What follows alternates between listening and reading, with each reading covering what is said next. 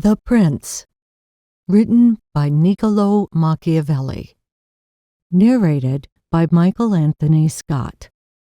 Produced by ThoughtAudio. Dedication to the magnificent Lorenzo di Piero de' Medici. Those who strive to obtain the good graces of a prince are accustomed to come before him with such things as they hold most precious, or in which they see him take most delight. Whence one often sees horses, arms, cloth of gold, precious stones, and similar ornaments presented to princes, worthy of their greatness. Desiring, therefore, to present myself to your magnificence with some testimony of my devotion towards you, I have not found among my possessions anything which I hold more dear than, or value so much as, the knowledge of the actions of great men, acquired by long experience in contemporary affairs and in a continual study of antiquity, which, having reflected upon it with great and prolonged diligence, I now send, digested into a little volume, to your magnificence. And although I may consider this work unworthy of your countenance, nevertheless, I trust much to your benignity that it may be acceptable, seeing that it is not possible for me to a better gift than to offer you the opportunity of understanding in the shortest time all that I have learnt in so many years, and with so many troubles and dangers. Which work I have not embellished with swelling or magnificent words, nor stuffed with rounded periods, nor with any eccentric allurements or adornments whatever, with which so many are accustomed to embellish their works. For I have wished either that no honor should be given it, or else that the truth of the matter and the weightiness of the theme shall make it acceptable. Nor do I hold with those who regard it as a presumption if a man of low and humble condition dare to discuss and settle the concern of princes. Because just as those who draw landscapes place themselves below in the plain to contemplate the nature of the mountains and of lofty places, and in order to contemplate the plains, place themselves upon high mountains, even so, to understand the nature of the people, it needs to be a prince, and to understand that of princes, it needs to be of the people. Take then, your magnificence, this little gift in the spirit in which I send it, wherein, if it be diligently read and considered by you, you will learn my extreme desire that you should attain that greatness which fortune and your other attributes promise. And if your magnificence, from the summit of your greatness, will sometimes turn your eyes to these lower regions, you will see how unmeritedly I suffer a great and continued malignity of fortune. Chapter 1. How many kinds of principalities there are, and by what means they are acquired. All states, all powers that have held and hold rule over men, have been and are either republics or principalities. Principalities are either hereditary, in which the family has been long established, or they are new. The new are either entirely new, as was Milan to Francesco Sforza, or they are, as it were, members annexed to the hereditary state of the prince who has acquired them, as was the kingdom of Naples to that of the king of Spain. Such dominions thus acquired are either accustomed to live under a prince or to live in freedom, and are acquired either by the arms of the prince himself or of others, or else by fortune or by ability. Chapter 2. Concerning hereditary principalities. I will leave out all discussion on republics, inasmuch as in another place I have written of them at length, and will address myself only to principalities. In doing so, I will keep to the order indicated above, and discuss how such principalities are to be ruled and preserved. I say at once, there are fewer difficulties in holding hereditary states, and those long accustomed to the family of their prince, than new ones. For it is sufficient only not to transgress the custom of his ancestors, and to deal prudently with circumstances as they arise, for a prince of average powers to maintain himself in his state, unless he be deprived of it by some extraordinary and excessive force. And if he should be so deprived of it, whenever anything sinister happens to the usurper, he will regain it. We have in Italy, for example, the Duke of Ferrara, who could not have withstood the attacks of the Venetians in 84, nor those of Pope Julius in 10, unless he had been long established in his dominions. For the hereditary prince has less cause and less necessity to offend. Hence it happens that he will be more loved, and unless extraordinary vices cause him to be hated, it is reasonable to expect that his subjects will be naturally well disposed towards him. And in the antiquity and duration of his rule, the memories and motives that made for change are lost, for one change always leaves the toothing for another. Chapter 3. Concerning mixed principalities. But the difficulties occur in a new principality. And firstly, if it be not entirely new, but is, as it were, a member of a state which taken collectively may be called composite, the changes arise chiefly from an inherent difficulty which there is in all new principalities. For men change their rulers willingly, hoping to better themselves, and this hope induces them to take arms against him who rules, wherein they are deceived, because they afterwards find by experience they have gone from bad to worse. This follows also on another natural and common necessity, which always causes a new prince to burden those who have submitted to him with his soldiery and with infinite other hardships which he must put upon his new acquisition. In this way, you have enemies in all those whom you have injured in seizing that principality, and you are not able to keep those friends who put you there because of your not being able to satisfy them in the way they expected, and you cannot take strong measures against them, feeling bound to them. For although one may be very strong in armed forces, yet in entering a province, one has always need of the goodwill of the natives. For these reasons, Louis XII, King of France, quickly occupied Milan, and as quickly lost it. And to turn him out the first time, it only needed Lodovicio's own forces, because those who had opened the gates to him, finding themselves deceived in their hopes of future benefit, would not endure the ill treatment of the new prince. It is very true that, after acquiring rebellious provinces a second time, they are not so lightly lost afterwards, because the prince, with little reluctance, takes the opportunity of the rebellion to punish the delinquents, to clear out the suspects, and to strengthen himself in the weakest places. Thus, to cause France to lose Milan the first time, it was enough for the Duke Lodovicio to raise insurrections on the borders, but to cause him to lose it a second time, it was necessary to bring the whole world against him, and that his army should be defeated and driven out of Italy, which followed from the causes above mentioned.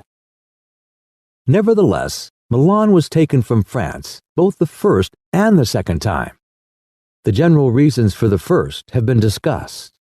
It remains to name those for the second, and to see what resources he had, and what anyone in his situation would have had for maintaining himself more securely in his acquisition than did the King of France. Now I say that those dominions which, when acquired, are added to an ancient state by him who acquires them, are either of the same country and language, or they are not. When they are, it is easier to hold them, especially when they have not been accustomed to self-government.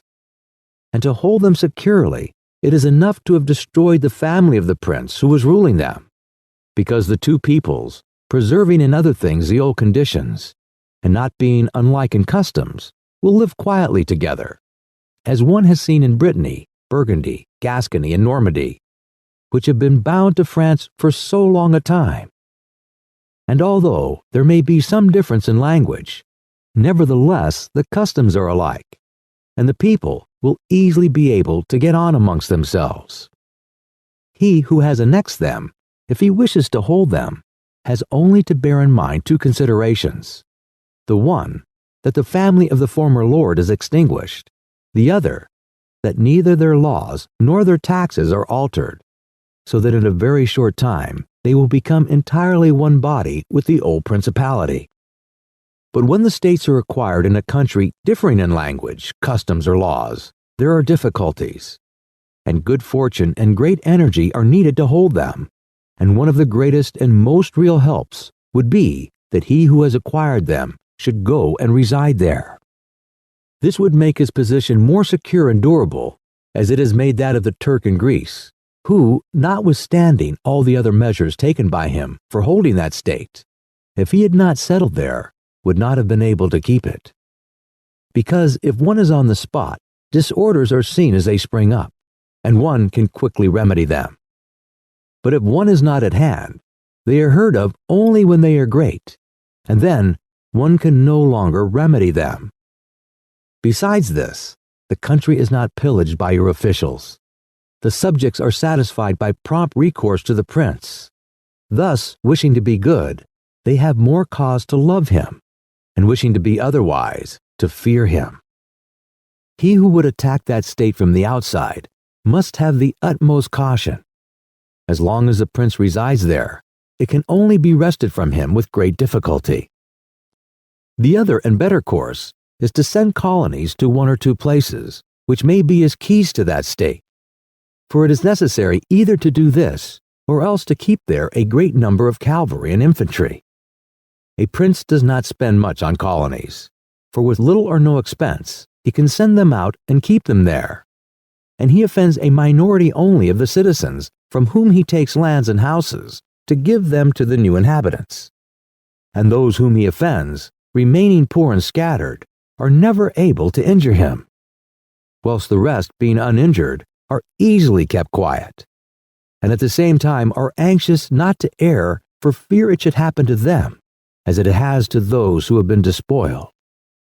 In conclusion, I say that these colonies are not costly, they are more faithful, they injure less, and the injured, as has been said, being poor and scattered, cannot hurt. Upon this, one has to remark that men ought to either be well treated or crushed, because they can avenge themselves of lighter injuries, of more serious ones they cannot. Therefore, the injury that is to be done to a man ought to be of such a kind that one does not stand in fear of revenge. But in maintaining armed men there in place of colonies, one spends much more, having to consume on the garrison all the income from the state, so that the acquisition turns into a loss, and many more are exasperated, because the whole state is injured.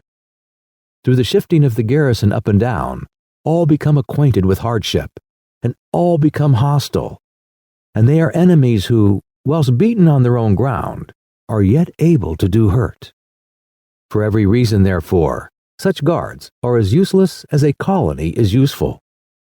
Again, the prince who holds a country, differing in the above respects, ought to make himself the head and defender of his less powerful neighbors, and to weaken the more powerful amongst them, taking care that no foreigner as powerful as himself shall, by any accident, get a footing there.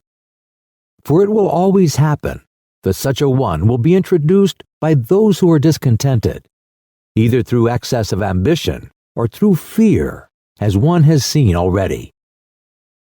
The Romans were brought into Greece by the Aetolians, and in every other country where they obtained a footing, they were brought in by the inhabitants.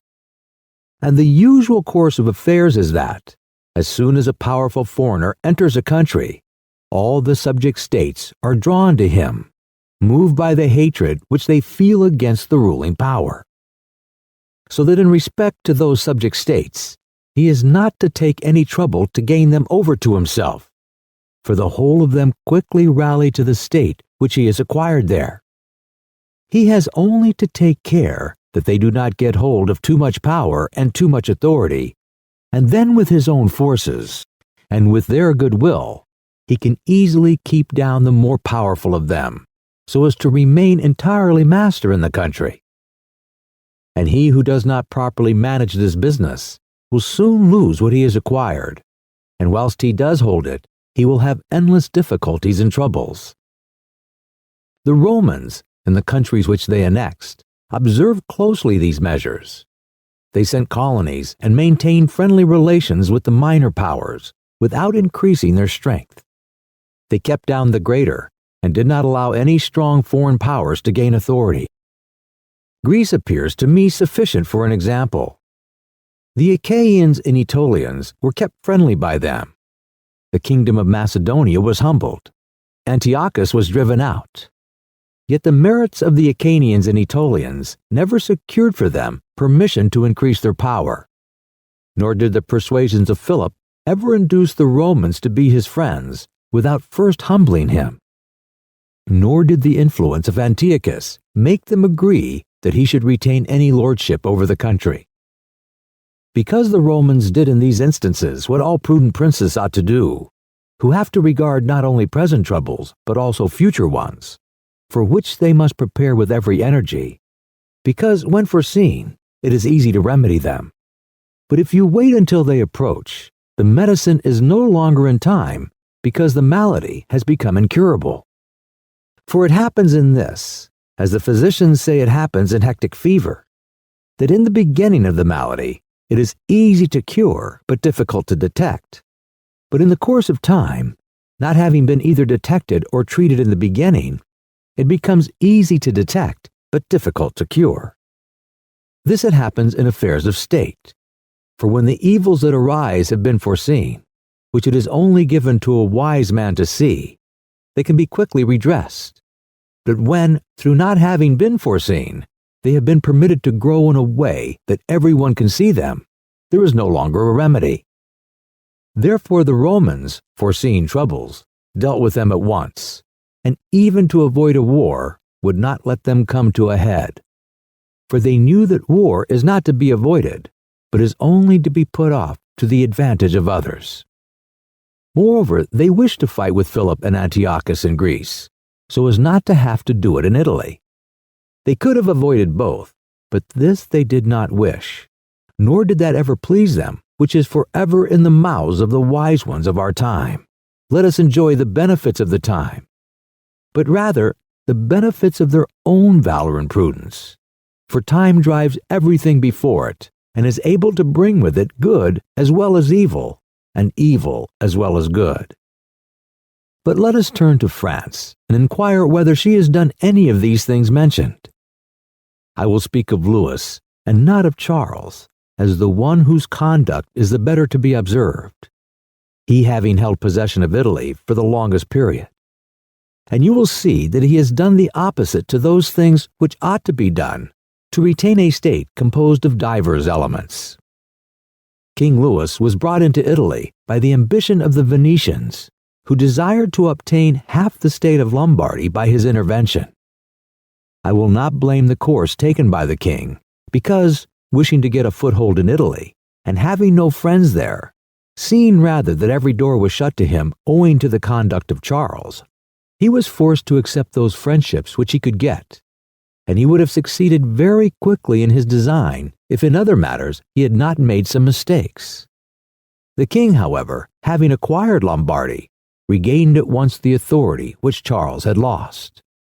Genoa yielded, the Florentines became his friends, the Marquis of Mantua, the Duke of Ferrara, the Bentivogli, my Lady of Forli, the Lords of Faenza, of Pesaro, of Rimini, of Camerino, of Biombino, the Lucchese, the Pisans, the Sienese.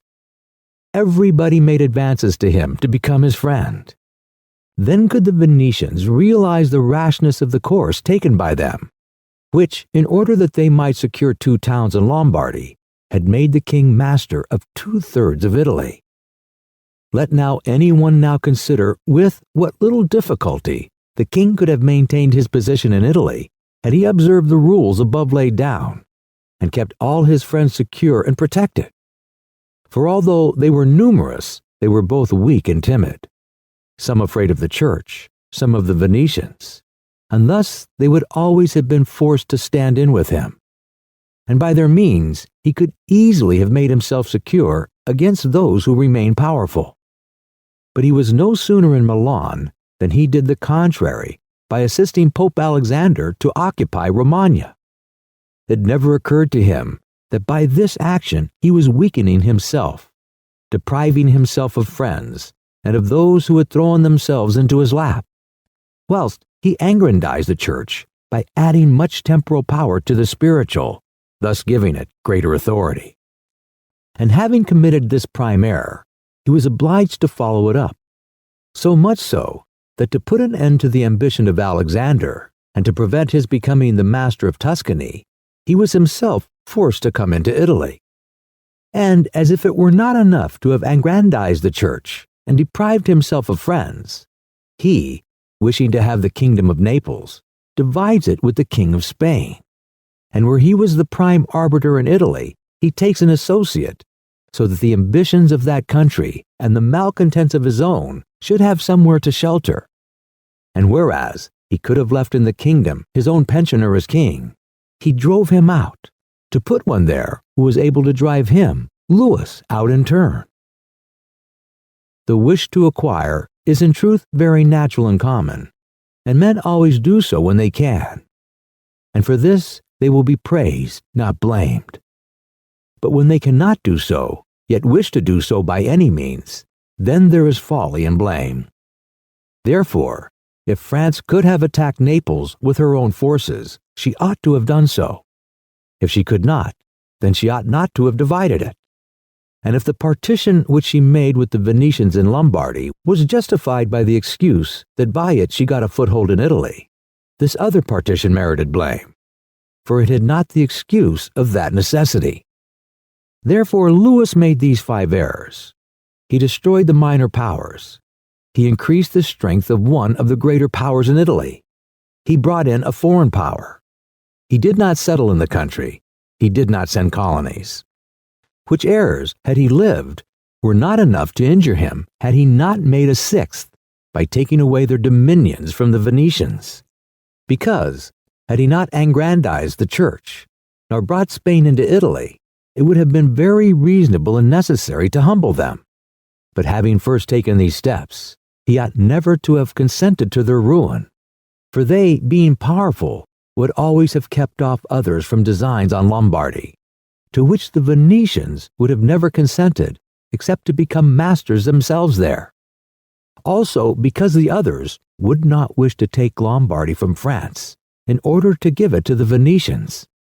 And to run counter to both, they would not have had the courage. And if anyone should say, King Louis yielded the Romagna to Alexander, and the kingdom to Spain to avoid war, I answer, for the reasons given above, that a blunder ought never to be perpetrated to avoid war, because it is not to be avoided, but is only deferred to your disadvantage. And if another should allege the pledge which the king had given to the Pope, that he would assist him in the enterprise, in exchange for the dissolution of his marriage and for the cap to Rohan, to that I reply, what I shall write later on concerning the faith of princes, and how it ought to be kept. Thus King Louis lost Lombardy by not having followed any of the conditions observed by those who have taken possession of countries and wish to retain them. Nor is there any miracle in this, but much that is reasonable and quite natural. And on these matters I spoke at Nantes with Rohan, when Valentino, as Caesar Borgia, the son of Pope Alexander was usually called, occupied the Romagna, and on Cardinal Rohan observing to me that the Italians did not understand war, I replied to him that the French did not understand statecraft, meaning that otherwise they would not have allowed the church to reach such greatness. And in fact, it has been seen that the greatness of the church and of Spain and Italy has been caused by France, and her ruin may be attributed to them. From this, a general rule is drawn, which never or rarely fails, that he who is the cause of another becoming powerful is ruined, because that predominancy has been brought about either by astuteness or else by force, and both are distrusted by him who has been raised to power. Chapter 4. Why the kingdom of Darius, conquered by Alexander, did not rebel against the successors of Alexander at his death. Considering the difficulties which men have had to hold to a newly acquired state, some might wonder how, seeing that Alexander the Great became the master of Asia in a few years, and died whilst it was scarcely settled, whence it might appear reasonable that the whole empire would have rebelled. Nevertheless, his successors maintained themselves, and had to meet no other difficulty than that which arose among themselves from their own ambitions. I answer that, the principalities of which one has record are found to be governed in two different ways, either by a prince with a body of servants who assist him to govern the kingdom as ministers by his favor and permission, or by a prince and barons who hold that dignity by antiquity of blood and not by the grace of the prince. Such barons have states and their own subjects, who recognize them as lords and hold them in natural affection. Those states that are governed by a prince and his servants hold their prince in more consideration, because in all the country there is no one who is recognized as superior to him, and if they yield obedience to another, they do it as to a minister and official, and they do not bear him any particular affection. The examples of these two governments in our time are the Turk and the King of France. The entire monarchy of the Turk is governed by one lord. The others are his servants. And dividing his kingdom into sanjaks, he sends there different administrators and shifts and changes them as he chooses. But the King of France is placed in the midst of an ancient body of lords, acknowledged by their own subjects and beloved by them. They have their own prerogatives, nor can the king take these away except at his peril. Therefore, he who considers both of these states will recognize great difficulties in seizing the state of the Turk, but once it is conquered, great ease in holding it. The causes of the difficulties in seizing the kingdom of the Turk are that the usurper cannot be called in by the princess of the kingdom, nor can he hope to be assisted in his designs by the revolt of those whom the Lord has around him. This arises from the reasons given above. For his ministers, being all slaves and bondmen, can only be corrupted with great difficulty, and one can expect little advantage from them when they have been corrupted, as they cannot carry the people with them for the reasons assigned. Hence, he who attacks the Turk must bear in mind that he will find him united, and he will have to rely more on his own strength than on the revolt of others. But if once the Turk has been conquered and routed in the field in such a way that he cannot replace his armies, there is nothing to fear but the family of this prince, and this being exterminated, there remains no one to fear, the others having no credit with the people. And as the conqueror did not rely on them before his victory, so we ought not to fear them after it. The contrary happens in kingdoms governed like that of France, because one can easily enter there by gaining over some baron of the kingdom, for one always finds malcontents in such a desire for change. Such men, for the reasons given, can open the way into the state and render the victory easy. But if you wish to hold it afterwards, you meet with infinite difficulties, both from those who have assisted you and from those you have crushed. Nor is it enough for you to have exterminated the family of the prince, because the lords that remain make themselves the heads of fresh movements against you. And as you are unable either to satisfy or exterminate them, that state is lost whenever time brings the opportunity. Now, if you will consider what was the nature of the government of Darius, you will find it similar to the kingdom of the Turk. And therefore it was only necessary for Alexander first to overthrow him in the field, and then to take the country from him. After which victory, Darius being killed, the state remained secure to Alexander for the above reasons. And if his successors had been united, they would have enjoyed it securely and at their ease. For there were no tumults raised in the kingdom, except those they provoked themselves. But it is impossible to hold with such tranquility states constituted like that of France. Hence arose those frequent rebellions against the Romans in Spain, France, and Greece, owing to the many principalities there were in these states, of which, as long as the memory of them endured, the Romans always held an insecure position. But with the power and long continuance of the empire, the memory of them passed away, and the Romans then became secure possessors. And when fighting afterwards amongst themselves, each one was able to attach to himself his own parts of the country, according to the authority he had assumed there. And the family of the former lord being exterminated, none other than the Romans were acknowledged.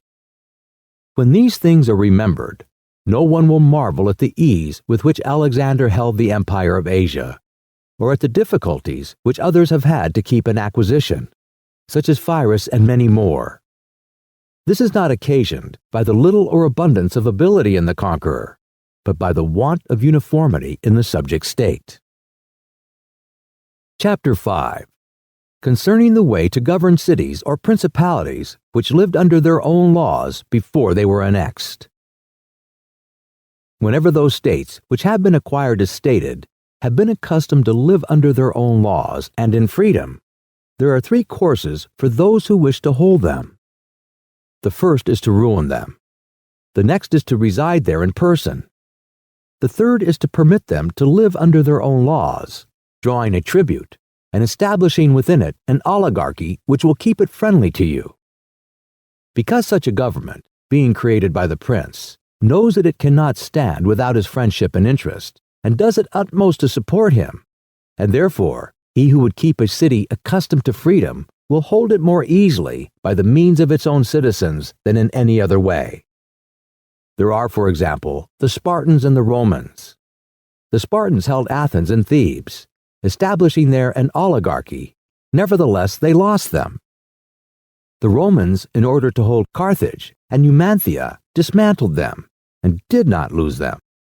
They wished to hold Greece as the Spartans held it, making it free and permitting its laws, and did not succeed. So to hold it, they were compelled to dismantle many cities in the country, for in truth, there is no safe way to retain them otherwise than by ruining them.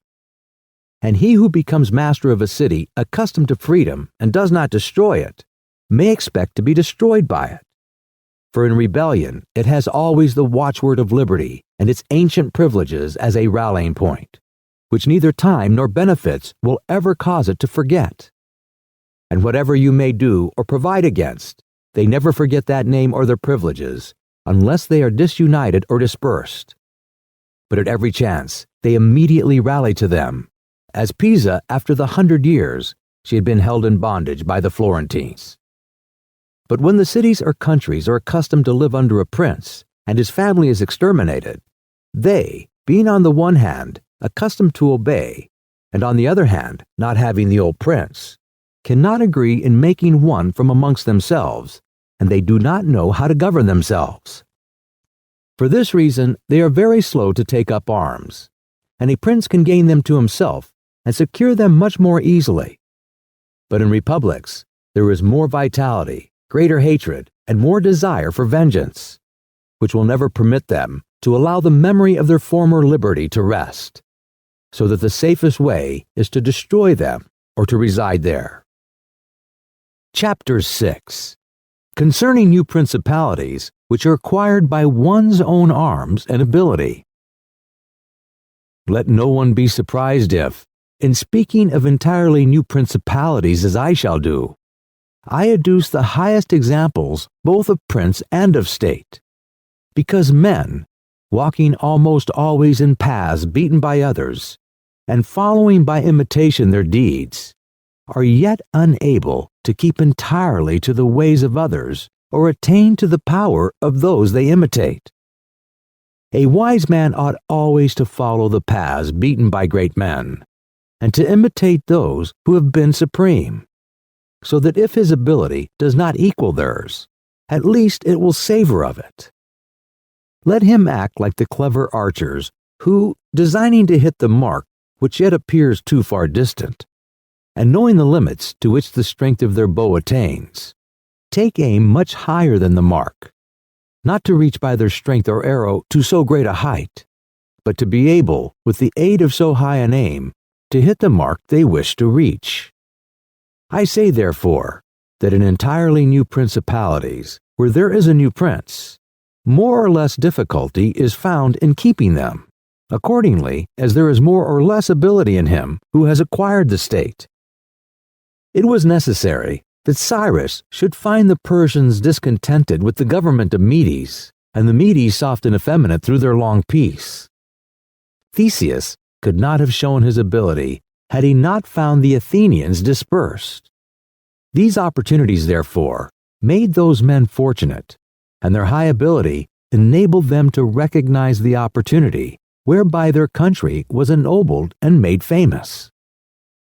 Those who by valorous ways become princes, like these men, acquire a principality with difficulty, but they keep it with ease.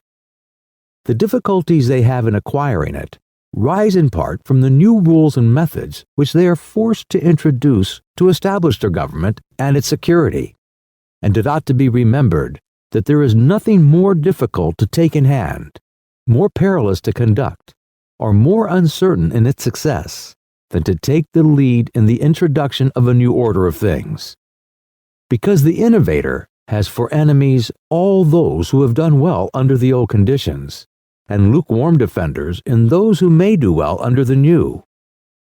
This coolness arises partly from fear of the opponents, who have their laws on their side, and partly from the incredulity of men, who do not readily believe in new things until they have had a long experience of them.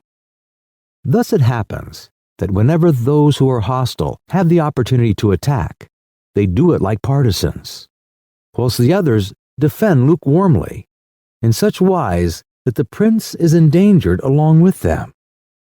It is necessary, therefore, if we desire to discuss this matter thoroughly, to inquire whether these innovators can rely on themselves or have to depend on others.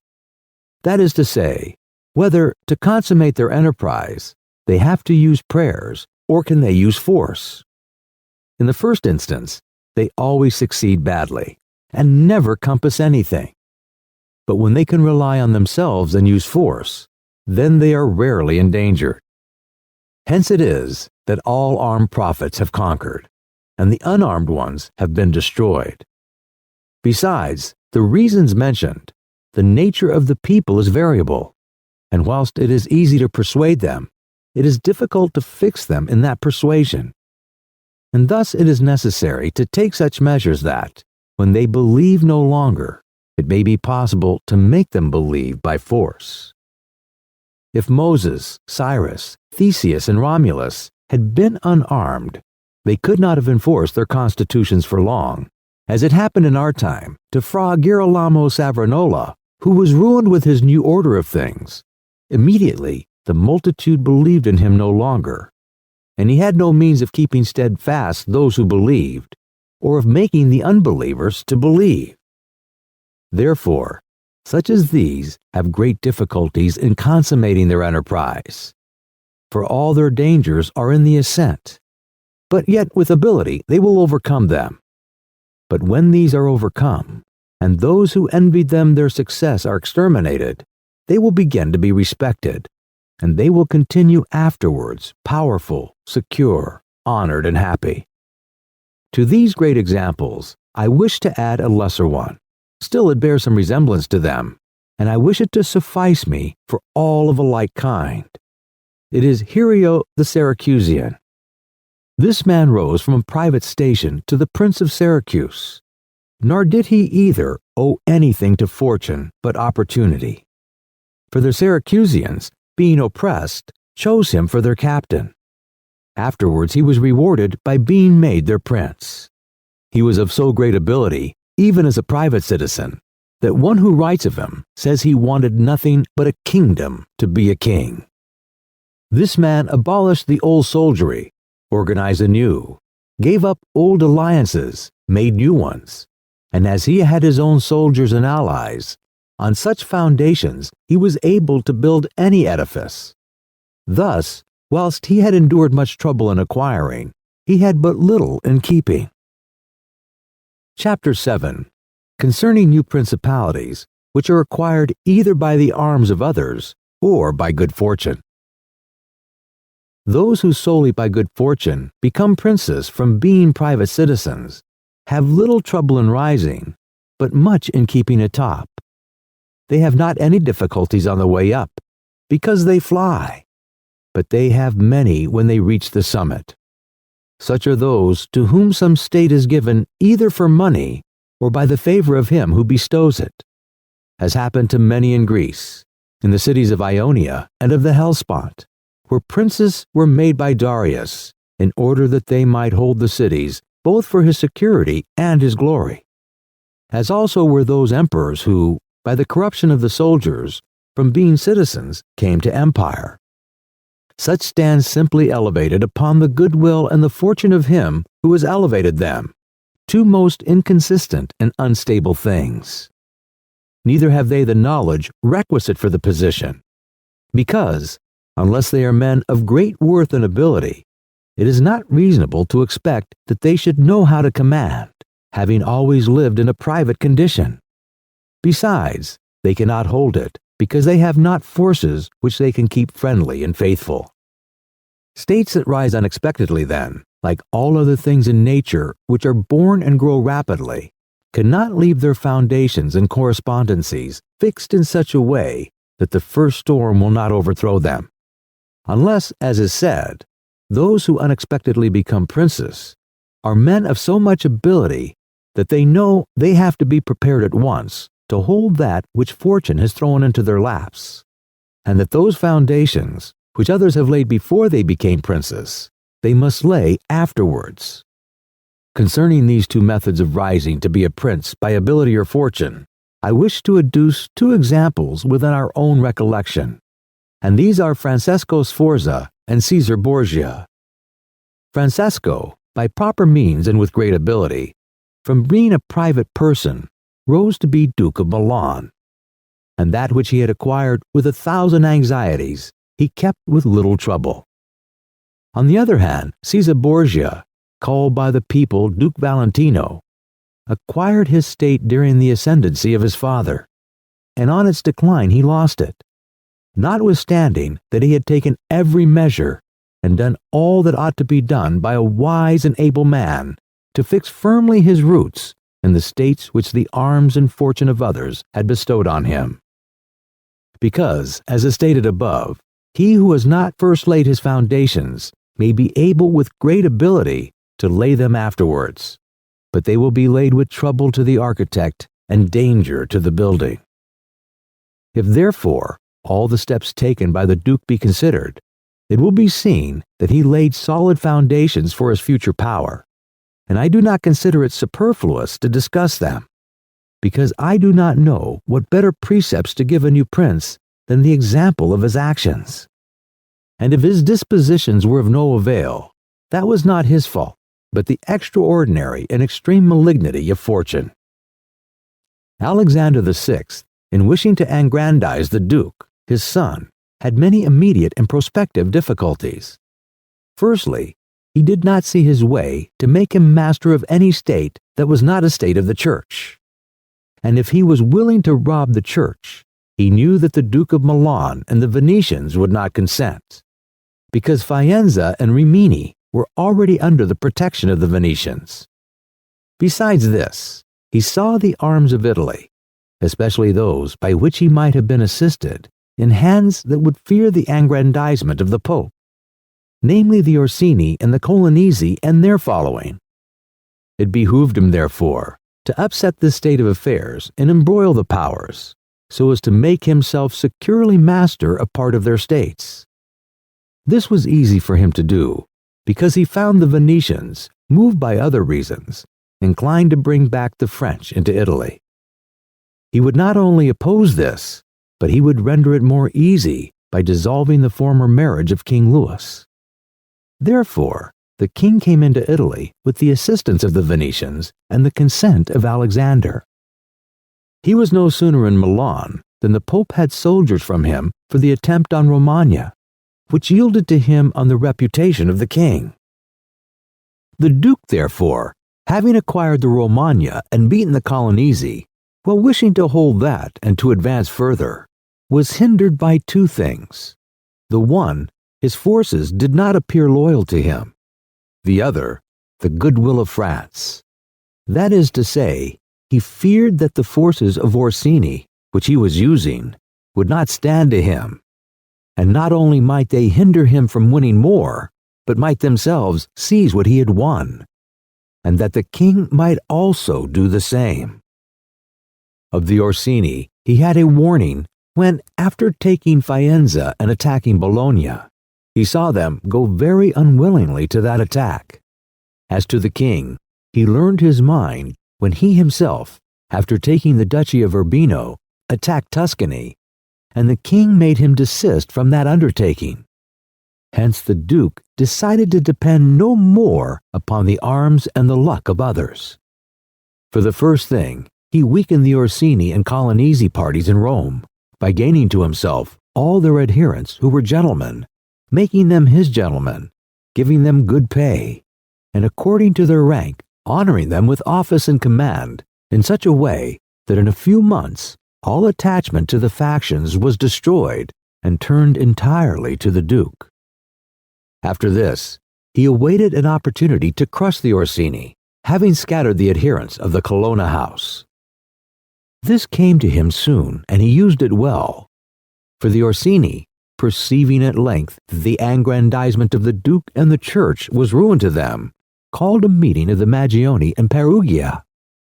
From this sprang the rebellion at Urbino and the tumults in the Romagna, with endless dangers to the Duke, all of which he overcame with the help of France. Having restored his authority, not to leave it at risk by trusting either to the French or other outside forces, he had recourse to his wiles, and he knew so well how to conceal his mind that, by the mediation of Signor Pagolo, whom the Duke did not fail to secure with all kinds of attention, giving him money, apparel, and horses, the Orsini were reconciled, so that their simplicity brought them into his power at Senigallia. Having exterminated the leaders and turned their partisans into his friends, the Duke laid sufficiently good foundations to his power, having all the Romagna and the Duchy of Urbino.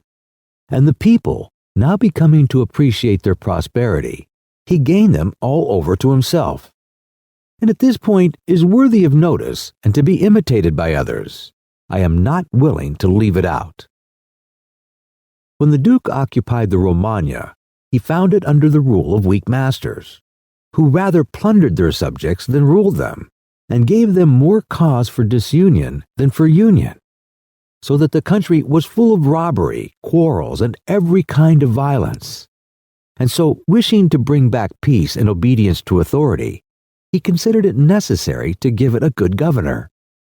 Thereupon, he promoted Messer Ramiro de Orco, a swift and cruel man, to whom he gave the fullest powers. This man, in a short time, restored peace and unity with the greatest success. Afterwards, the Duke considered that it was not advisable to confer such excessive authority, for he had no doubt but that he would become odious, so that he set up a court of judgment in the country under a most excellent president, wherein all cities had their advocates. And because he knew that the past severity had caused some hatred against himself, so to clear himself in the minds of the people and gain them entirely to himself, he decided to show that, if any cruelty had been practiced, it had not originated with him, but in the natural sternness of the minister. Under this pretense, he took Ramiro, and one morning caused him to be executed, and left on the piazza at Cesena with the block and a bloody knife at his side. The barbarity of this spectacle caused the people to be at once satisfied and dismayed. But let us return whence we started. I say that the Duke, finding himself now sufficiently powerful and partly secured from immediate dangers by having armed himself in his own way, and having in a great measure crushed those forces in his vicinity that could injure him if he wished to proceed with his conquest, had next to consider France. For he knew that the king, who too late was aware of his mistake, would not support him. And from this time he began to seek new alliances and to temporize with France in the expedition which she was making towards the kingdom of Naples against the Spaniards who were besieging Gaeta. It was his intention to secure himself against them, and this he would have quickly accomplished had Alexander lived. Such was his line of action as to present affairs. But as to the future, he had to fear, in the first place, that a new successor to the church might not be friendly to him, and might seek to take from him that which Alexander had given him. So he decided to act in 4 ways. Firstly, by exterminating the families of those lords whom he had despoiled, so as to take away that pretext from the Pope. Secondly, by winning to himself all the gentlemen of Rome, so as to be able to curb the Pope with their aid, as has been observed. Thirdly, by converting the college more to himself. Fourthly, by acquiring so much power before the Pope should die, that he should by his own measures resist the first shock. Of these four things, at the death of Alexander, he had accomplished three, for he had killed as many of the dispossessed lords as he could lay his hands on, and few had escaped. He had won over the Roman gentlemen, and he had the most numerous party in the college. And as to any fresh acquisitions, he intended to become master of Tuscany, for he already possessed Perugia and Piombino, and Pisa was under his protection. And as he had no longer to study France, for the French were already driven out of the kingdom of Naples by the Spaniards, and in this way both were compelled to buy his goodwill, he pounced down upon Pisa. After this, Lucca and Siena yielded at once, partly through hatred and partly through fear of the Florentines. And the Florentines would have had no remedy had he continued to prosper, as he was prospering the year that Alexander died, for he had acquired so much power and reputation that he would have stood by himself and no longer have depended on the luck and the forces of others, but solely on his own power and ability. But Alexander died 5 years after he had first drawn the sword. He had left the Duke with the state of Romagna alone consolidated, with the rest in the air, between two most powerful hostile armies, and sick unto death. Yet there were in the Duke such boldness and ability, and he knew so well how men are to be won or lost, and so firm were the foundations which in so short a time he had laid, that if he had not had those armies on his back, or if he had been in good health, he would have overcome all difficulties. And it is seen that his foundations were good, for the Romagna awaited him for more than a month. In Rome, although but half alive, he remained secure. And whilst the Baglioni, the Vitali, and the Orsini might come to Rome, they could not effect anything against him. If he could not have made Pope him who he wished, at least the one whom he did not wish would not have been elected. But if he had been in sound health at the death of Alexander, everything would have been different to him. On the day that Julius II was elected, he told me that he had thought of everything that might occur at the death of his father, and had provided a remedy for all, except that he had not anticipated that, when the death did happen, he himself would be on the point to die. When all the actions of the Duke are recalled, I do not know how to blame him, but rather it appears to be, as I have said, that I ought to offer him for imitation to all those who by fortune or arms of others are raised to government, because he, having a lofty spirit and far-reaching aims, could not have regulated his conduct otherwise, and only the shortness of the life of Alexander and his own sickness frustrated his designs. Therefore, he who considers it necessary to secure himself in his new principality, to win friends, to overcome either by force or fraud, to make himself beloved and feared by the people, to be followed and revered by the soldiers, to exterminate those who have power or reason to hurt him, to change the old order of things for new, to be severe and gracious, magnanimous and liberal, to destroy a disloyal soldiery and to create new, to maintain friendship with kings and princes in such a way that they must help him with zeal and offend with caution, cannot find a more lively example than the actions of this man. Only can he be blamed for the election of Julius II, in whom he had made a bad choice, because, as is said, not being able to elect a pope to his own mind, he could have hindered any other from being elected pope, and he ought never to have consented to the election of any cardinal whom he had injured or who had cause to fear him if they became pontiffs. For men injure either from fear or hatred. Those whom he had injured, amongst others, were San Pietro ad Vicula, Colonna, San Giorgio, and Assanio. The rest in becoming pope had to fear him, Rowan and the Spaniards excepted, the latter from their relationship and obligations, the former from his influence, the kingdom of France having relations with him. Therefore, above everything, the Duke ought to have created a Spaniard pope, and failing him, he ought to have consented to Rowan and not to San Pietro ad Bencula. He who believes that new benefits will cause great personages to forget old injuries is deceived. Therefore the Duke erred in his choice, and it was the cause of his ultimate ruin. Chapter 8. Concerning those who have obtained a principality by wickedness. Although a prince may rise from a private station in two ways, neither of which can be entirely attributed to fortune or genius, yet it is manifest to me that I must not be silent on them, although one could be more copiously treated when I discuss republics. These methods are when, either by some wicked or nefarious ways, one ascends to the principality, or when by the favor of his fellow citizens, a private person becomes the prince of his country. And speaking of the first method, it will be illustrated by two examples, one ancient, the other modern. And without entering further into the subject, I consider these two examples will suffice those who may be compelled to follow them. Agathocles the Sicilian became king of Syracuse, not only from a private, but from a low and abject position. This man, the son of a potter, through all the changes in his fortunes, always led an infamous life. Nevertheless, he accompanied his infamies with so much ability of mind and body that, having devoted himself to the military profession, he rose through its ranks to be praetor of Syracuse. Being established in that position, and having deliberately resolved to make himself prince, and to seize by violence, without obligation to others, that which had been conceded to him by assent, he came to an understanding for this purpose with Amilcar, the Carthaginian, who with his army was fighting in Sicily.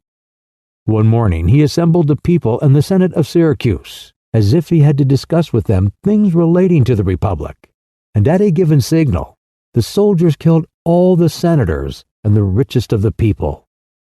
These dead, he seized and held the princedom of that city without any civil commotion, and although he was twice routed by the Carthaginians and ultimately besieged, yet not only was he able to defend his city, but leaving part of his men for its defense, with the others he attacked Africa, and in a short time raised the siege of Syracuse. The Carthaginians, reduced to extreme necessity, were compelled to come to terms with Agathocles, and leaving Sicily to him, had to be content with the possession of Africa. Therefore, he who considers the actions and genius of this man will see nothing or little which can be attributed to fortune, inasmuch as he attained preeminence, as it is shown above, not by the favor of any one, but step by step in the military profession, which steps were gained with 1,000 troubles and perils, and were afterwards boldly held by him with many hazardous dangers. Yet it cannot be called talent to slay fellow citizens, to deceive friends, to be without faith, without mercy, without religion. Such methods may gain empire, but not glory. Still, if the courage of Agathocles in entering into and extricating himself from dangers be considered, together with his greatness of mind in enduring and overcoming hardships, it cannot be seen why he should be esteemed less than the most notable captain. Nevertheless, his barbarous cruelty and inhumanity with infinite wickedness do not permit him to be celebrated among the most excellent men. What he achieved cannot be attributed to either fortune or genius. In our times, during the rule of Alexander VI, Oliverado de Fermo, having been left an orphan many years before, was brought up by his maternal uncle, Giovanni Fogliani, and in the early days of his youth sent to fight under Pagolo Vitelli, that being trained under his discipline, he might attain some high position in the military profession. After Pagolo died, he fought under his brother Vitellozzo, and in a very short time, being endowed with wit and a vigorous body and mind, he became the first man in his profession. But it appearing a paltry thing to serve under others, he resolved, with the aid of some citizens of Fermo, to whom the slavery of their country was dearer than its liberty, and with the help of Vitellecci, to seize Fermo. So he wrote to Giovanni Fogliani that having been away from home for many years, he wished to visit him and his city, and in some measure to look upon his patrimony.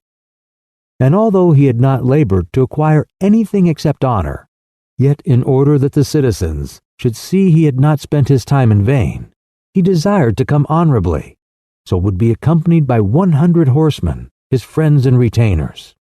And he entreated Giovanni to arrange that he should be received honorably by the Firmians, all of which would be not only to his honor, but also to that of Giovanni himself, who had brought him up. Giovanni, therefore, did not fail in any attentions due to his nephew, and he caused him to be honorably received by the Firmians. And he lodged him in his own house, where having passed some days, and having arranged what was necessary for his wicked designs, Oliverado gave a solemn banquet to which he invited Giovanni Fogliani and the chiefs of Fermo. When the viands and all the other entertainments that are usual in such banquets were finished, Oliverado artfully began certain grave discourses, speaking of the greatness of Pope Alexander and his son Caesar, and of their enterprises, to which discourse Giovanni and others answered. But he rose at once, saying that such matters ought to be discussed in a more private place, and he betook himself to a chamber, whither Giovanni and the rest of the citizens went in after him. No sooner were they seated than the soldiers issued from secret places and slaughtered Giovanni and the rest. After these murders, Oliverado, mounted on horseback, rode up and down the town and besieged the chief magistrate in the palace, so that in fear the people were forced to obey him and to form a government of which he made himself the prince. He killed all the malcontents who were able to injure him, and strengthened himself with new civil and military ordinances in such a way that, in the year during which he held the Principality, not only was he secure in the city of Fermo, but he had become formidable to all his neighbors. And his destruction would have been as difficult as that of Agathocles if he had not allowed himself to be overreached by Caesar Borgia, who took him with the Orsini and Vitali at Sinigaglia, as was stated above. Thus, 1 year after he had committed this parricide, he was strangled, together with Vidaloso, whom he had made his leader in valor and wickedness. Some may wonder how it can happen that Agathocles and his like, after infinite treacheries and cruelties, should live for long and secure in his country, and defend himself from external enemies, and never be conspired against by his own citizens, seeing that many others, by means of cruelty, have never been able, even in peaceful times, to hold the state, still less in the doubtful times of war. I believe that this follows from severities being badly or properly used. Those may be called properly used, if of evil it is possible to speak well, that are applied at one blow and are necessary to one's security, and that are not persisted in afterwards unless they can be turned to the advantage of the subjects. The badly employed are those which, notwithstanding they may be few in the commencement, multiply with time rather than decrease. Those who practice the first system are able, by aid of God or man, to mitigate in some degree their rule, as Agathocles did. It is impossible for those who follow the other to maintain themselves. Hence, it is to be remarked that, in seizing a state, the usurper ought to examine closely into all those injuries which it is necessary for him to inflict, and to do them all at one stroke, so as not to have to repeat them daily. And thus, by not unsettling men, he will be able to reassure them and win them to himself by benefits. He who does otherwise, either from timidity or evil advice, is always compelled to keep the knife in his hand. Neither can he rely on his subjects, neither can they attach themselves to him, owing to their continued and repeated wrongs. For injuries ought to be done all at one time, so that being tasted, they offend less. Benefits ought to be given little by little, so that the flavor of them may last longer. And above all things, a prince ought to live amongst his people in such a way that no unexpected circumstances, whether of good or evil, shall make him change. Because if the necessity for this comes in troubled times, you are too late for harsh measures, and mild ones will not help you, for they will be considered as forced from you, and no one will be under any obligation to you for them. Chapter 9. Concerning a Civil Principality.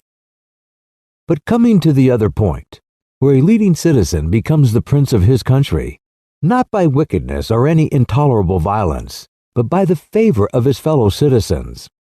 This may be called a civil principality. Nor is genius or fortune altogether necessary to attain to it, but rather a happy shrewdness. I say then that such a principality is obtained either by the favor of the people or by the favor of the nobles, because in all cities these two distinct parties are found, and from this it arises that the people do not wish to be ruled nor oppressed by the nobles, and the nobles wish to rule and oppress the people. And from these two opposite desires there arises in cities one of three results, either a principality, self-government, or anarchy. A principality is created either by the people or by the nobles, accordingly as one or the other of them has the opportunity. For the nobles, seeing they cannot withstand the people, begin to cry up the reputation of one of themselves, and they make him a prince, so that under his shadow they can give vent to their ambitions. The people, finding they cannot resist the nobles, also cry up the reputation of one of themselves, and make him a prince, so as to be defended by his authority. He who obtains sovereignty by the assistance of the nobles maintains himself with more difficulty than he who comes to it by the aid of the people, because the former finds himself with many around him who consider themselves his equals, and because of this he can neither rule nor manage them to his liking. But he who reaches sovereignty by popular favor finds himself alone, and has none around him, or few, who are not prepared to obey him. Besides this, one cannot by fair dealing, and without injury to others, satisfy the nobles, but you can satisfy the people, for their object is more righteous than that of the nobles, the latter wishing to oppress, while the former only desire not to be oppressed. It is to be added also that a prince can never secure himself against a hostile people, because of there being too many, whilst from the nobles he can secure himself, as they are few in number. The worst that a prince may expect from a hostile people is to be abandoned by them, but from hostile nobles he has not only to fear abandonment, but also that they will rise against him, for they, being in these affairs more far-seeing and astute, always come forward in time to save themselves, and to obtain favors from him whom they expect to prevail. Further, the prince is compelled to live always with the same people, but he can do well without the same nobles, being able to make and unmake them daily, and to make or take away authority when it pleases him. Therefore, to make this point clearer, I say that the nobles ought to be looked at mainly in two ways. That is to say, they either shape their course in such a way as binds them entirely to your fortune, or they do not. Those who bind themselves and are not rapacious ought to be honored and loved. Those who do not bind themselves may be dealt with in two ways. They may fail to do this through pusillanimity and a natural want of courage, in which case you ought to make use of them, especially of those who are of good counsel. And thus, whilst in prosperity you honor them, in adversity you do not have to fear them. But when for their own ambitious ends they shun binding themselves, it is a token that they are giving more thought to themselves than to you, and a prince ought to guard against such, and to fear them as if they were open enemies, because in adversity they always help to ruin him. Therefore, one who becomes a prince through the favor of the people ought to keep them friendly, and this he can easily do, seeing they only ask not to be oppressed by him. But one who, in opposition to the people, becomes a prince by the favor of the nobles, ought, above everything, to seek to win the people over to himself, and this he may easily do if he takes them under his protection. Because men, when they receive good from him of whom they were expecting evil, are bound more closely to their benefactor. Thus the people quickly become more devoted to him than if he had been raised to their principality by their favors. And the prince can win their affections in many ways. But as these vary according to the circumstances, one cannot give fixed rules, so I omit them then. But I repeat, it is necessary for a prince to have the people friendly. Otherwise, he has no security in adversity. Nabis, prince of the Spartans, sustained the attack of all Greece and of a victorious Roman army, and against them he defended his country and his government. And for the overcoming of this peril, it was only necessary for him to make himself secure against a few, but this would not have been sufficient had the people been hostile. And do not let anyone impugn this statement with the trite proverb that he who builds on the people builds on the mud.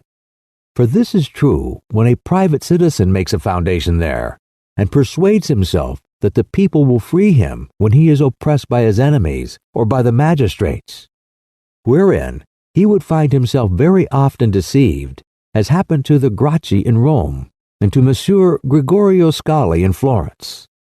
But granted, a prince who has established himself as above, who can command, and is a man of courage, undismayed in adversity, who does not fail in other qualifications, and who, by his resolution and energy, keeps the whole people encouraged, such a one will never find himself deceived in them, and it will be shown that he has laid his foundations well.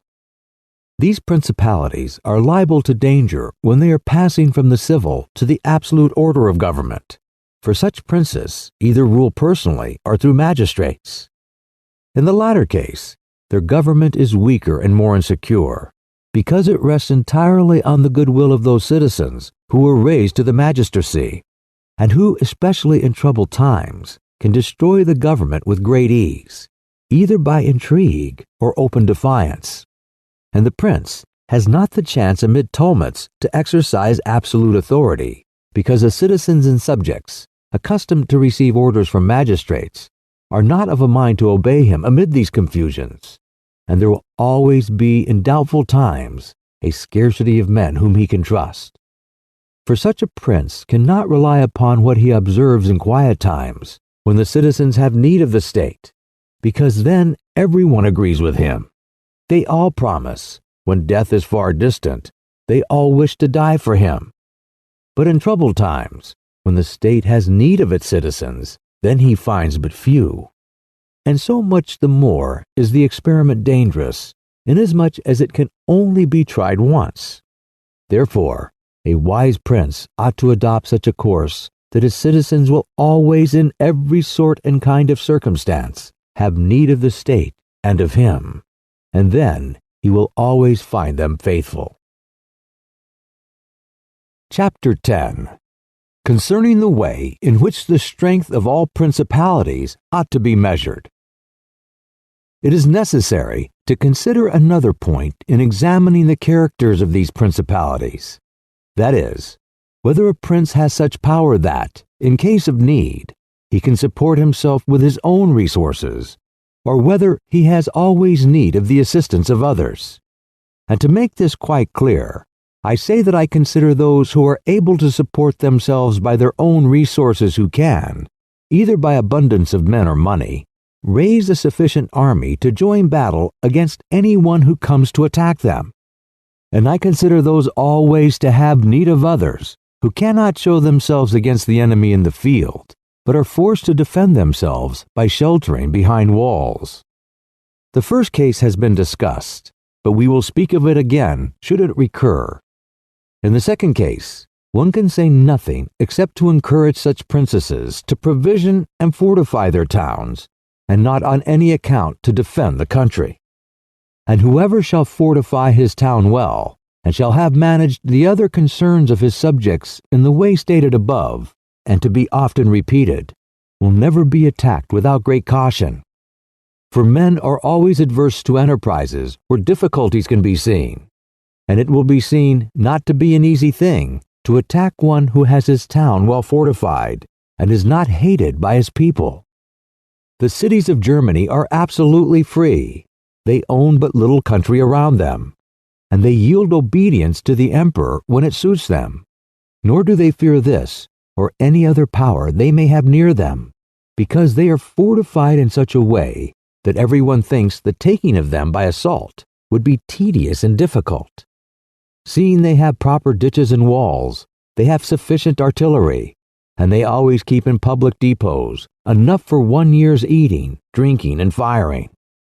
And beyond this, to keep the people quiet and without loss to the state, they always have the means of giving work to the community in those labors that are the life and strength of the city, and on the pursuit of which people are supported. They also hold military exercises in repute, and moreover have many ordinances to uphold them. Therefore, a prince who has a strong city, and had not made himself odious, will not be attacked, or if anyone should attack, he will only be driven off with disgrace. Again, because that the affairs of this world are so changeable, it is almost impossible to keep an army a whole year in the field without being interfered with. And whoever should reply, if the people have property outside the city and see it burnt, they will not remain patient, and the long siege and self-interest will make them forget their prince. To this I answer, that a powerful and courageous prince will overcome all such difficulties by giving at one time hope to his subjects that the evil will not be for long, at another time fear of the cruelty of the enemy, then preserving himself adroitly from those subjects who seem to him to be too bold. Further, the enemy would naturally on his arrival at once burn and ruin the country at the time when the spirits of the people are still hot and ready for the defense, and therefore so much the less ought the prince to hesitate, because after a time, when spirits have cooled, the damage is already done, the ills are incurred, and there is no longer any remedy, and therefore they are so much the more ready to unite with their prince, he appearing to be under obligations to them now that their houses have been burnt and their possessions ruined in his defense.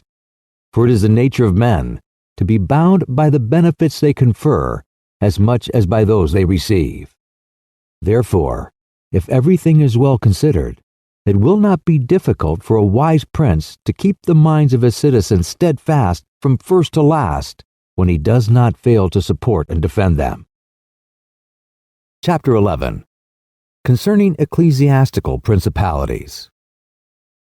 It only remains now to speak of ecclesiastical principalities, touching which all difficulties are prior to getting possession, because they are acquired either by capacity or good fortune, and they can be held without either. For they are sustained by the ancient ordinances of religion, which are so all-powerful and of such a character that the principalities may be held no matter how their princes behave and live. These princes alone have states and do not defend them, and they have subjects and do not rule them, and the states, although unguarded, are not taken from them, and the subjects, although not ruled, do not care, and they have neither the desire nor the ability to alienate themselves. Such principalities only are secure and happy. But being upheld by powers to which the human mind cannot reach, I shall speak no more of them, because, being exalted and maintained by God, it would be the act of a presumptuous and rash man to discuss them. Nevertheless, if anyone should ask of me how it comes that the Church has attained such greatness in temporal power, seeing that from Alexander backwards, the Italian potentates, not only those who have been called potentates, but every baron and lord, though the smallest, have valued the temporal power very slightly. Yet now a king of France trembles before it, and it has been able to drive him from Italy and to ruin the Venetians. Although this may be very manifest, it does not appear to me superfluous to recall it in some measure to memory. Before Charles, King of France, passed into Italy, this country was under the dominion of the Pope, the Venetians, the King of Naples, the Duke of Milan, and the Florentines. These potentates had two principal anxieties: the one, that no foreigner should enter Italy under arms; the other, that none of themselves should seize more territory. Those about whom there was the most anxiety were the Pope and the Venetians. to restrain the Venetians, the union of all the others was necessary, as it was for the defense of Ferrara. And to keep down the Pope, they made use of the barons of Rome, who, being divided into two factions, Orsini and Colonnesi, had always a pretext for disorder, and standing with arms in their hands under the eyes of the pontiff, kept the pontificate weak and powerless. And although there might arise sometimes a courageous pope, such as Sixtus, yet neither fortune nor wisdom could rid him of these annoyances. And the short life of a pope is also a cause of weakness, for in 10 years, which is the average life of a pope, he can with difficulty lower one of the factions. And if, so to speak, one people should almost destroy the Colonnesi, another would arise hostile to the Orsini, who would support their opponents, and yet would not have time to ruin the Orsini. This was the reason why the temporal powers of the Pope were little esteemed in Italy. Alexander VI arose afterwards, who of all of the pontiffs that have ever been showed how a pope with both money and arms was able to prevail, and through the instrumentality of Duke Valentino, and by reason of the entry of the French, he brought about all those things which I have discussed above in the actions of the Duke. And although his intention was not to aggrandize the Church, but the Duke, nevertheless what he did contributed to the greatness of the Church, which after his death and the ruin of the Duke became the heir to all his labors. Pope Julius came afterwards and found the Church strong, possessing all the Romagna, the barons of Rome reduced to impotence, and through the chastisements of Alexander, the factions wiped out.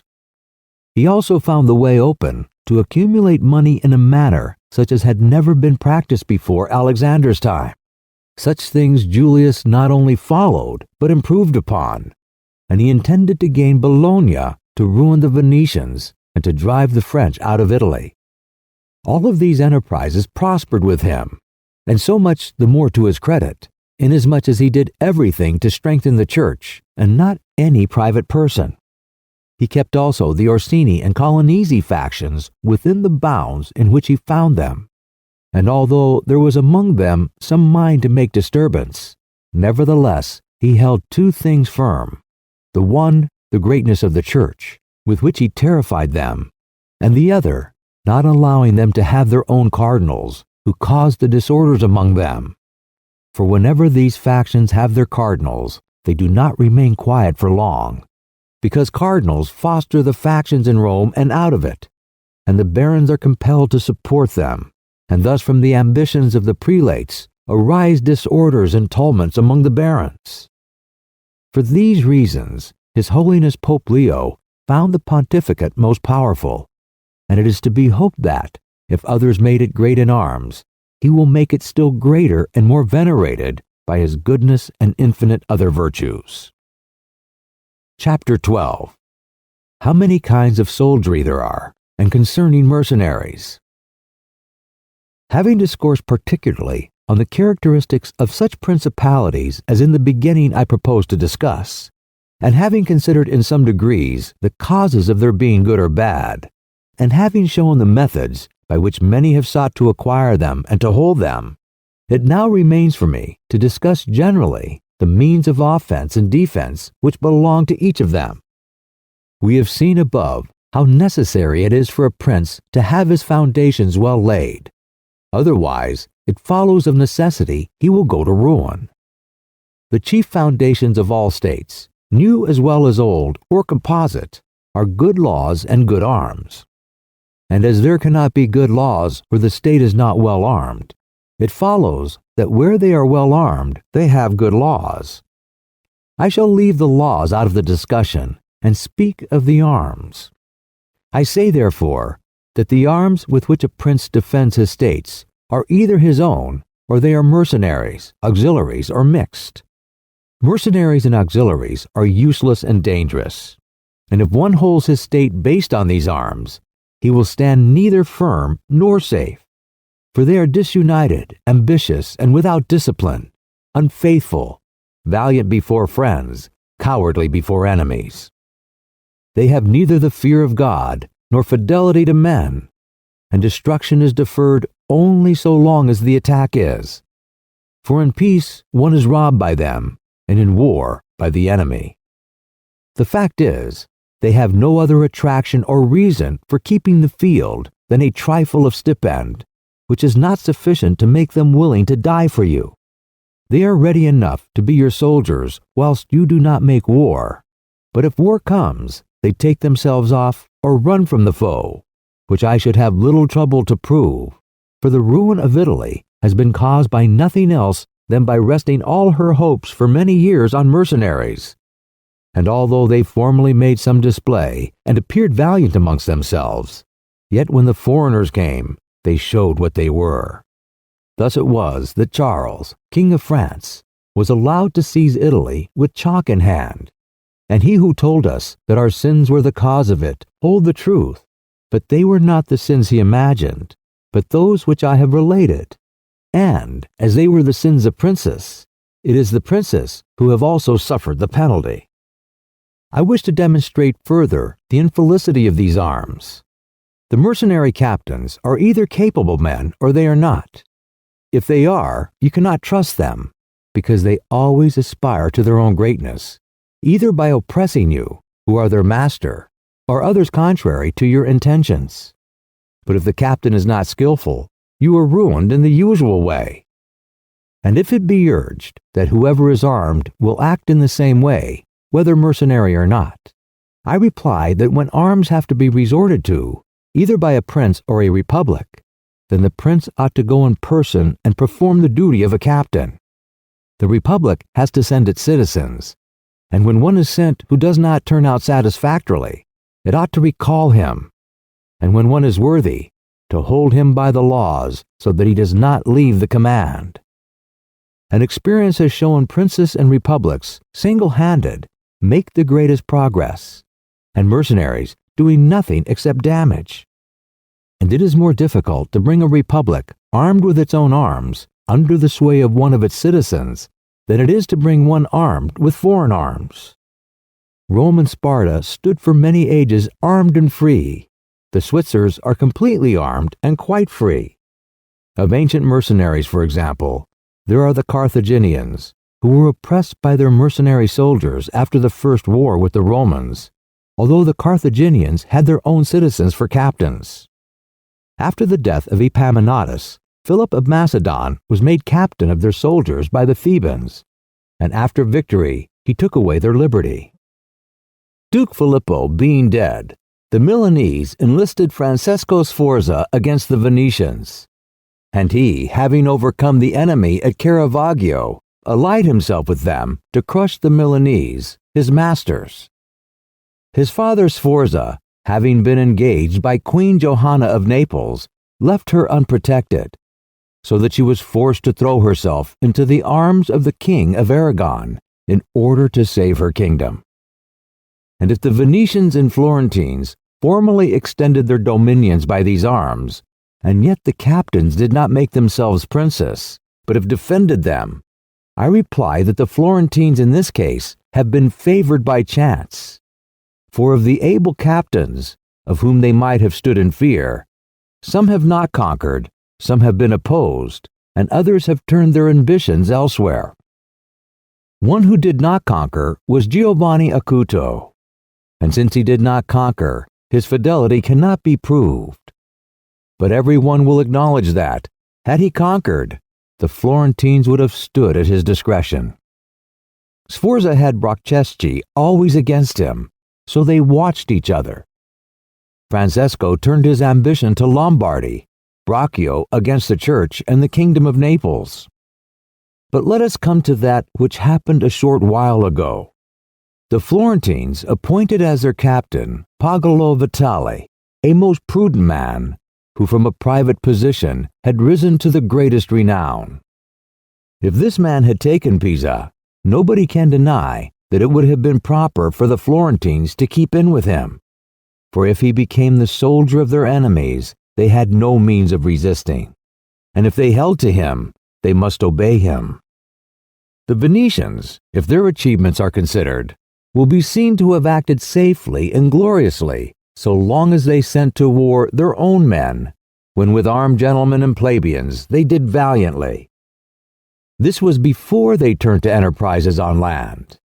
But when they began to fight on land, they forsook this virtue and followed the custom of Italy. And in the beginning of their expansion on land, through not having much territory, and because of their great reputation, they had not much to fear from their captains. But when they expanded, as under Carmignuola, they had a taste of this mistake.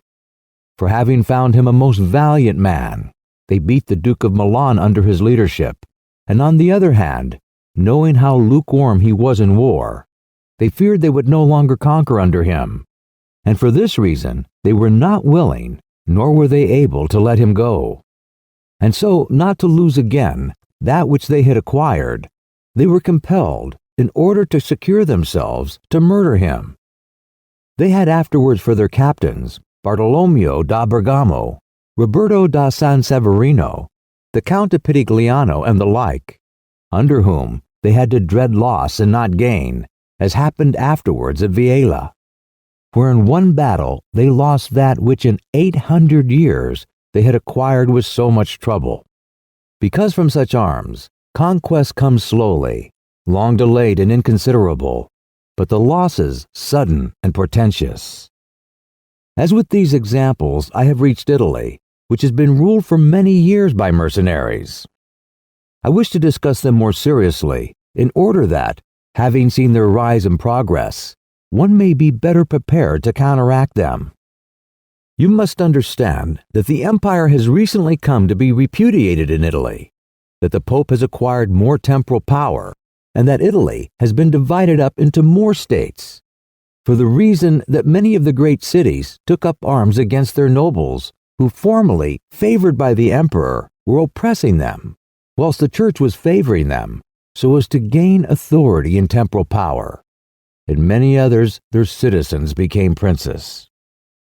From this it came to pass that Italy fell partly into the hands of the church and of republics, and the church, consisting of priests, and the republics of citizens unaccustomed to arms, both commenced to enlist foreigners. The first who gave renown to this soldiery was Albergio da Canio, the Romanian. From the school of this man sprang among others Braccio and Sforza, who in their time were the arbiters of Italy. After these came all the other captains who till now have directed the arms of Italy. And the end of all their valor has been that she has been overrun by Charles, robbed by Louis, ravaged by Ferdinand, and insulted by the Switzers. The principle that has guided them has been, first, to lower the credit of infantry so that they might increase their own. They did this because, subsisting on their pay and without territory, they were unable to support many soldiers, and a few infantry did not give them any authority. So they were led to employ cavalry, with a moderate force of which they were maintained and honored. And affairs were brought to such a pass that, in an army of 20,000 soldiers, there were not to be found 2,000 foot soldiers. They had besides this used every art to lessen fatigue and danger to themselves and their soldiers, not killing in the fray, but taking prisoners and liberating without ransom. They did not attack towns at night, nor did the garrisons of the towns attack encampments at night. They did not surround the camp either with stockade or ditch, nor did they campaign in the winter. All these things were permitted by their military rules, and devised by them to avoid, as I have said, both fatigue and dangers. Thus they have brought Italy to slavery and contempt. Chapter 13. Concerning auxiliaries, mixed soldiery, and one's own. Auxiliaries, which are the other useless arm, are employed when a prince is called in with his forces to aid and defend, as was done by Pope Julius in the most recent times. For he, having in the enterprise against Ferrara had poor proof of his mercenaries, turned to auxiliaries, and stipulated with Ferdinand, King of Spain, for his assistance with men and arms. These arms may be useful and good in themselves, but for him who calls them in, they are always disadvantageous. For losing, one is undone, and winning, one is their captive. And although ancient histories may be full of examples, I do not wish to leave this recent one of Pope Julius II, the peril of which cannot fail to be perceived, for he, wishing to get Ferrara, threw himself entirely into the hands of the foreigner. But his good fortune brought about a third event, so that he did not reap the fruit of his rash choice. Because, having his auxiliaries routed at Ravenna, and the Switzers having risen and driven out the conquerors, against all expectation, both his and others, it so came to pass that he did not become prisoner to his enemies, they having fled, nor to his auxiliaries, he having conquered by other arms than theirs. The Florentines, being entirely without arms, sent 10,000 Frenchmen to take Pisa, whereby they ran more danger than at any other time of their troubles. The Emperor of Constantinople, to oppose his neighbors, sent 10,000 Turks into Greece, who on the war being finished, were not willing to quit. This was the beginning of the servitude of Greece to the infidels. Therefore, let him who has no desire to conquer make use of these arms, for they are much more hazardous than mercenaries, because with them the ruin is ready-made. They are all united, all yield to obedience to others, but with mercenaries, when they have conquered, more time and better opportunities are needed to injure you. They are not all of one community. They are found and paid by you, and a third party, which you have made their head, is not able all at once to assume enough authority to injure you. In conclusion, in mercenaries, dastardly is most dangerous. In auxiliaries, valor. The wise prince, therefore, has always avoided these arms and turned to his own, and has been willing rather to lose with them than to conquer with the others, not deeming that a real victory which is gained with the arms of others. I shall never hesitate to cite Caesar Borgia and his actions. This duke entered the Romagna with auxiliaries, taking there only French soldiers, and with them he captured Imola and Forli. But afterwards, such forces not appearing to him reliable, he turned to mercenaries, discerning less danger in them, and enlisted the Orsini and Vitali, whom presently, on handling and finding them doubtful, unfaithful, and dangerous, he destroyed and turned to his own men. And the difference between one and the others of these forces can easily be seen when one considers the difference there was in the reputation of the Duke when he had the French, when he had the Orsini and Vitali, and when he relied on his own soldiers, on whose fidelity he could always count and found it ever increasing. He was never esteemed more highly than when everyone saw that he was complete master of his own forces. I was not intending to go beyond Italian and recent examples, but I am unwilling to leave out Hiero the Syracusan, he being one of those I have named above.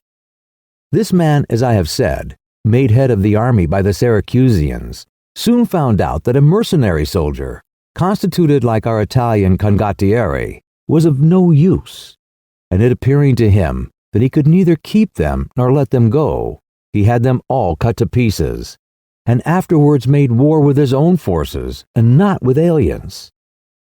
I wish also to recall to memory an instance from the Old Testament applicable to this subject. David offered himself to Saul to fight with Goliath, the Philistine champion, and to give him courage, Saul armed him with his own weapons, which David rejected as soon as he had them on his back, saying he could make no use of them, and that he wished to meet the enemy with his sling and his knife. In conclusion, the arms of others either fall from your back, or they weigh you down, or they bind you fast. Charles VII, the father of King Louis XI, having by good fortune and valor liberated France from the English, recognized the necessity of being armed with forces of his own, and he established in his kingdom ordinances concerning men-at-arms and infantry.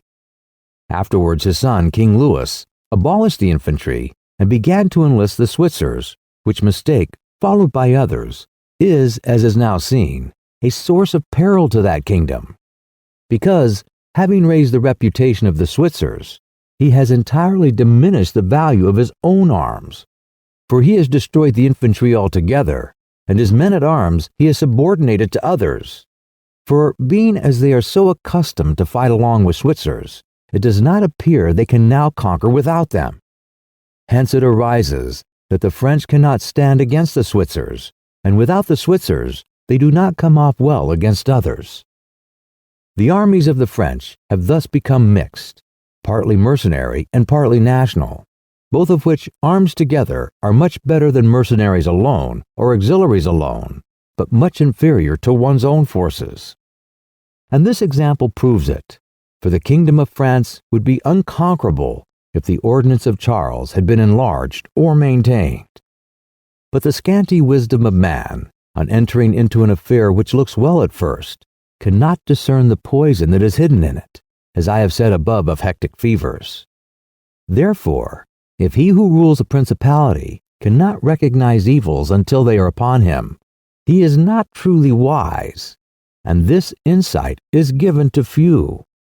And if the first disaster to the Roman Empire should be examined, it will be found to have commenced only with the enlisting of the Goths, because from that time the vigor of the Roman Empire began to decline, and all that valor which had raised it passed away to others. I conclude, therefore, that no principality is secure without having its own forces. On the contrary, it is entirely dependent on good fortune, not having the valor which in adversity would defend it.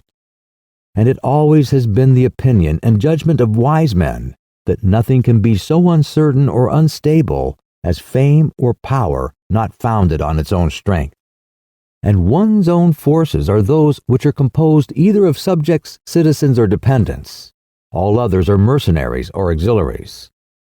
And the way to make ready one's own forces will be easily found if the rule suggested by me shall be reflected upon, and if one will consider how Philip, the father of Alexander the Great, and many republics and princes have armed and organized themselves, to which rules I entirely commit myself. Chapter 14. That which concerns a prince on the subject of the art of war. A prince ought to have no other aim or thought, nor select anything else for a study than war and its rules and discipline. For this is the sole art that belongs to him who rules, and it is of such force that it not only upholds those who are born princes, but it often enables men to rise from a private station to that rank. And on the contrary, it is seen that when princes have thought more of ease than of arms, they have lost their states. And the first cause of your losing it is to neglect this art. And what enables you to acquire a state is to be master of the art.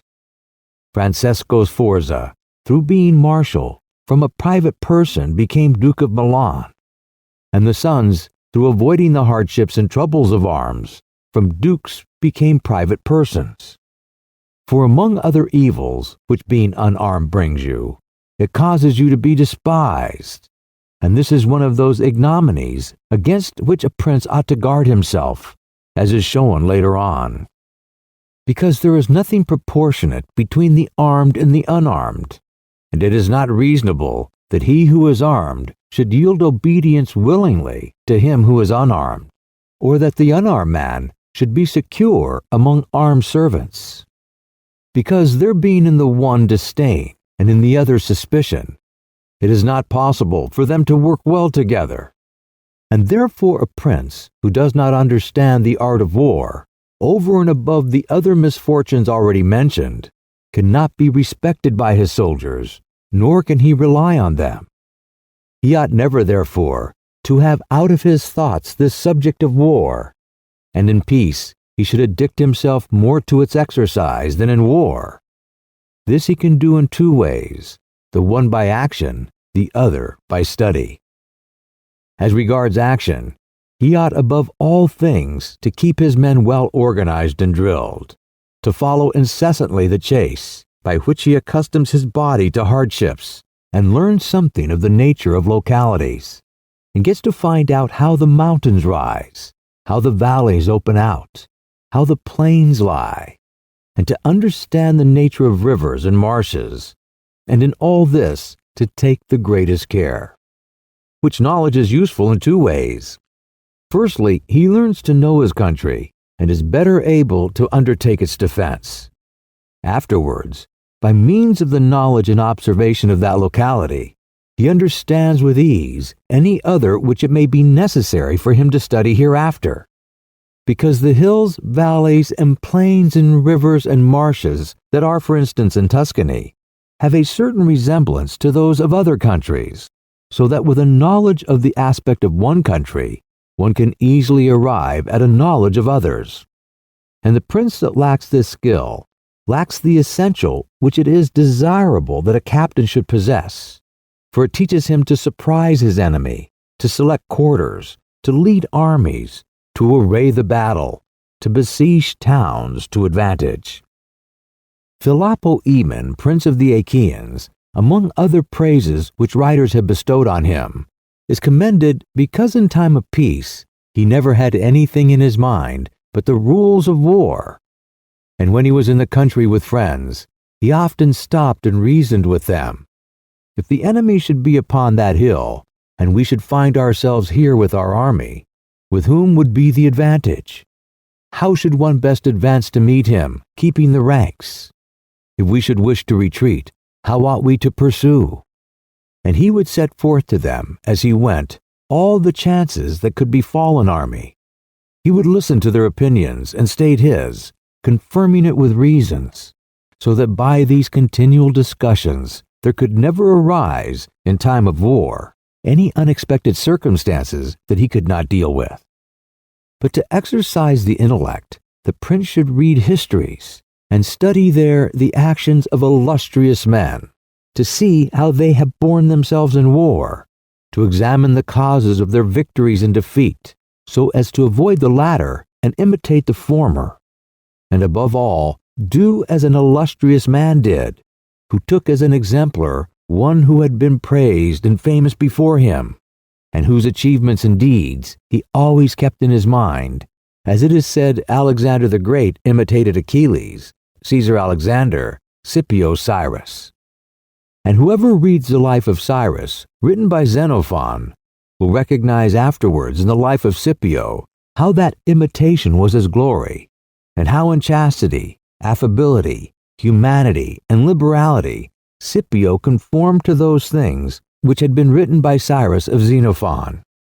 A wise prince ought to observe some such rules, and never in peaceful times stand idle, but increase his resources with industry in such a way that they may be available to him in adversity, so that if fortune chances, it may find him prepared to resist her blows. Chapter 15. Concerning things for which men, and especially princes, are praised or blamed. It remains now to see what ought to be the rules of conduct for a prince towards subject and friends. And as I know that many have written on this point, I expect I shall be considered presumptuous in mentioning it again, especially as in discussing it, I shall depart from the methods of other people. But it being my intention to write a thing which shall be useful to him who apprehends it, it appears to me more appropriate to follow up the real truth of the matter than the imagination of it.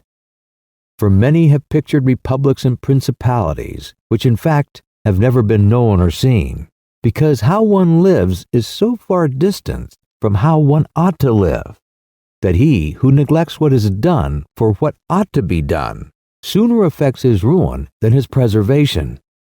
For a man who wishes to act entirely up to his professions of virtue soon meets with what destroys him among so much that is evil. Hence it is necessary for a prince, wishing to hold his own, to know how to do wrong, and to make use of it or not according to necessity. Therefore, putting on one side imaginary things concerning a prince, and discussing those which are real, I say that all men, when they are spoken of, and chiefly princes, for being more highly placed, are remarkable for some of those qualities which bring them either blame or praise. And thus it is that one is reputed liberal, and other miserly, using a Tuscan term, because an avaricious person in our language is still he who desires to possess by robbery, whilst we call one miserly who deprives himself too much of the use of his own. One is reputed generous, one rapacious, one cruel, one compassionate, one faithless, another faithful, one effeminate and cowardly, another bold and brave, one affable, another haughty, one lascivious, another chaste, one sincere, another cunning, one hard, another easy, one grave, another frivolous, one religious, another unbelieving, and the like. And I know that everyone will confess that it would be most praiseworthy in a prince to exhibit all the above qualities that are considered good, but because they can neither be entirely possessed nor observed, for human conditions do not permit it, it is necessary for him to be sufficiently prudent that he may know how to avoid the reproach of those vices which would lose him his state, and also to keep himself, if it be possible, from those which would not lose him it. But this being not possible, he may with less hesitation abandon himself to them. And again, he need not make himself uneasy at incurring a reproach for those vices without which the state can only be saved with difficulty. For if everything is considered carefully, it will be found that something which looks like virtue, if followed, would be his ruin, while something else, which looks like vice, yet followed, brings him security and prosperity. Chapter 16. Concerning Liberality and Meanness. Commencing, then, with the first of the above-named characteristics, I say that it would be well to be reputed liberal. Nevertheless, liberality exercised in a way that does not bring you the reputation for it injures you. For if one exercises it honestly as it should be exercised, it may not become known, and you will not avoid the reproach of its opposite. Therefore, anyone wishing to maintain among men the name of liberal is obliged to avoid no attribute of magnificence, so that a prince thus inclined will consume in such acts all his property, and will be compelled in the end, if he wish to maintain the name of liberal, to unduly weigh down his people and tax them, and do everything he can to get money. This will soon make him odious to his subjects, and becoming poor, he will be little valued by anyone. Thus, with his liberality, having offended many and rewarded few, he is affected by the very first trouble, and imperiled by whatever may be the first danger. Recognizing this himself, and wishing to draw back from it, he runs at once into the reproach of being miserly. Therefore, a prince, not being able to exercise this virtue of liberality in such a way that it is recognized, except to his cost, if he is wise, he ought not to fear the reputation of being mean, for in time he will come to be more considered than if liberal, seeing that with his economy his revenues are enough, that he can defend himself against all attacks, and is able to engage in enterprises without burdening his people. Thus it comes to pass that he exercises liberality towards all from whom he does not take, who are numberless, and meanness towards those to whom he does not give, who are few. We have not seen great things done in our time, except by those who have been considered mean. The rest have failed. Pope Julius II was assisted in reaching the papacy by a reputation for liberality, yet he did not strive afterwards to keep it up when he made war on the King of France, and he made many wars without imposing any extraordinary tax on his subjects, for he supplied his additional expenses out of his long thriftiness. The present King of Spain would not have undertaken or conquered in so many enterprises if he had been reputed liberal. A prince, therefore, provided that he is not to rob his subjects, that he can defend himself, that he does not become poor and abject, that he is not forced to become rapacious, ought to hold of little account a reputation for being mean, for it is one of those vices which will enable him to govern. And if anyone should say, Caesar obtained empire by liberality, and many others have reached the highest positions by having been liberal, and by being considered so, I answer, either you are a prince in fact, or in a way to become one. In the first case, this liberality is dangerous. In the second, it is very necessary to be considered liberal. And Caesar was one of those who wished to become preeminent in Rome. But if he had survived after becoming so, and had not moderated his expenses, he would have destroyed his government. And if anyone should reply, many have been princes, and have done great things with armies, who have been considered very liberal, I reply, either a prince spends that which is his own, or his subjects, or else that of others. In the first case, he ought to be sparing. In the second, he ought not to neglect any opportunity for liberality.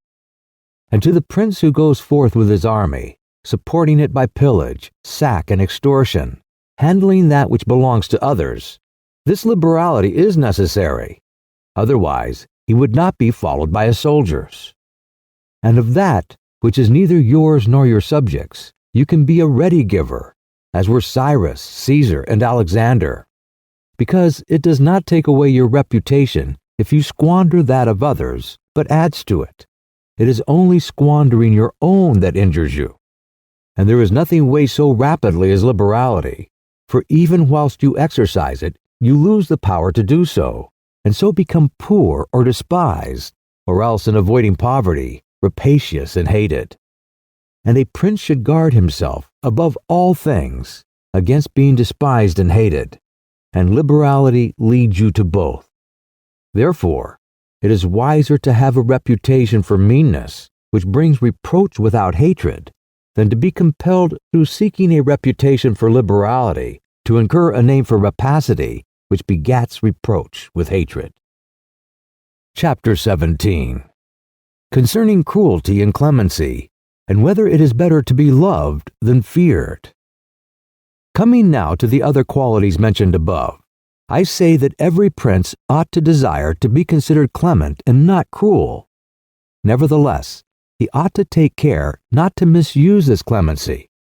Caesar Borgia was considered cruel, notwithstanding his cruelty reconciled the Romagna, unified it, and restored it to peace and loyalty. And if this be rightly considered, he will be seen to have been much more merciful than the Florentine people, who, to avoid a reputation for cruelty, permitted Pistoia to be destroyed. Therefore, a prince, so long as he keeps his subjects united and loyal, ought not mind the reproach of cruelty, because with a few examples he will be more merciful than those who, through too much mercy, allow disorders to arise, from which follow murders or robberies. For these are wont to injure the whole people, whilst those executions which originate with a prince offend the individual only. And of all princes, it is impossible for the new prince to avoid the reputation of cruelty, owing to new states being full of dangers. Hence Virgil, through the mouth of Dido, excuses the inhumanity of her reign owing to its being new, saying, Res dura et regne novitas mi tatilia cogant morili, et late finis custode tuere. Against my will, my fate a throne unsettled, and an infant state, bid me defend my realms with all my powers, and guard with these severities my shores. Christopher Pitt. Nevertheless, he ought to be slow to believe and to act, nor should he himself show fear, but proceed in a temperate manner, with prudence and humanity, so that too much confidence may not make him incautious, and too much distrust render him intolerable. Upon this a question arises, whether it is better to be loved than feared, or feared than loved. It may be answered that one should wish to be both, but because it is difficult to unite them in one person, it is much safer to be feared than loved. One of the two either must be dispensed with, because this is to be asserted in general of men, that they are ungrateful, fickle, false, cowardly, covetous, and as long as you succeed, they are yours entirely. They will offer you their blood, property, life, and children, as it is said above, when the need is far distant. But when it approaches, they turn against you, and that prince, who, relying entirely on their promises, has neglected other precautions, is ruined, because friendships that are obtained by payments, and not by greatness or nobility of mind, may indeed be earned, but they are not secured, and in time of need cannot be relied upon, and men have less scruple in offending one who is beloved than one who is feared. For love is preserved by the link of obligation, which, owing to the baseness of men, is broken at every opportunity for their advantage. But fear preserves you by a dread of punishment which never fails. Nevertheless, a prince ought to inspire fear in such a way that if he does not win love, he avoids hatred, because he can endure very well being feared while he is not hated, which will always be as long as he abstains from the property of his citizens and subjects and from their women. But when it is necessary for him to proceed against the life of someone, he must do it on proper justification and for manifest cause.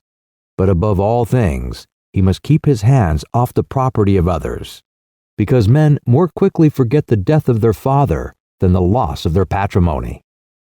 Besides, pretexts for taking away the property are never wanting, for he who has once begun to live by robbery will always find pretexts for seizing what belongs to others. But reasons for taking life, on the contrary, are more difficult to find and sooner to lapse. But when a prince is with his army and has under control a multitude of soldiers, then it is quite necessary for him to disregard the reputation of cruelty, for without it he could never hold his army united or disposed to its duties.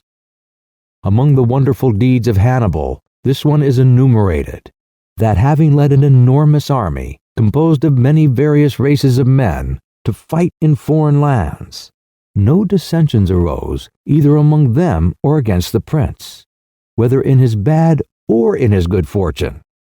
This arose from nothing else than his inhumane cruelty, which, with his boundless valor, made him revered and terrible in the sight of his soldiers. But without that cruelty, his other virtues were not sufficient to produce this effect, and short-sighted writers admire his deeds from one point of view, and from another condemn the principal cause of them. That it is true his other virtues would not have been sufficient for him may be proved by the case of Scipio, that most excellent man, not only of his own times, but within the memory of man, against whom, nevertheless, his army rebelled in Spain. This arose from nothing but his too great forbearance, which gave his soldiers more license than is consistent with military discipline. For this he was upbraided in the Senate by Fabius Maximus, and called the corrupter of the Roman soldiery. The Locrians were laid waste by a legate of Scipio, yet they were not avenged by him, nor was the insolence of the legate punished, owing entirely to his easy nature, inasmuch that someone in the Senate, wishing to excuse him, said that there were many men who knew much better how not to err than to correct the errors of others. This disposition, if he had been continued in the command, would have destroyed in time the fame and glory of Scipio. But he being under the control of the Senate, this injurious characteristic not only concealed itself, but contributed to his glory. Returning to the question of being feared or loved, I come to the conclusion that men loving according to their own will, and fearing according to that of the prince, a wise prince should establish himself on that which is in his own control and not in that of others. He must endeavor only to avoid hatred, as is noted. Chapter 18. Concerning the way in which princes should keep faith. Everyone admits how praiseworthy it is in a prince to keep faith and to live with integrity and not with craft. Nevertheless, our experience has been that those princes who have done great things have held good faith of little account, and have known how to circumvent the intellect of men by craft, and in the end have overcome those who have relied on their word. You must know there are two ways of contesting, the one by the law, the other by force. The first method is proper to men, the second to beasts. But because the first is frequently not sufficient, it is necessary to have recourse to the second. Therefore, it is necessary for a prince to understand how to avail himself of the beast and the man. This has been figuratively taught to princes by ancient writers, who describe how Achilles and many other princes of old were given to the centaur Chiron to nurse, who brought them up in his discipline. Which means solely that, as they had for a teacher one who was half beast and half man, So it was necessary for a prince to know how to make use of both natures, and that one without the other is not durable. A prince, therefore, being compelled knowingly to adopt the beast, ought to choose the fox and the lion, because the lion cannot defend himself against snares, and the fox cannot defend himself against wolves. Therefore, it is necessary to be a fox to discover the snares, and a lion to terrify the wolves. Those who rely simply on the lion do not understand what they are about. Therefore, a wise lord cannot, nor ought he to, keep faith when such observance may be turned against him, and when the reasons that caused him to pledge it exist no longer. If men were entirely good, this precept would not hold. But because they are bad, and will not keep faith with you, you too are not bound to observe it with them. Nor will there ever be wanting to a prince legitimate reasons to excuse this non-observance.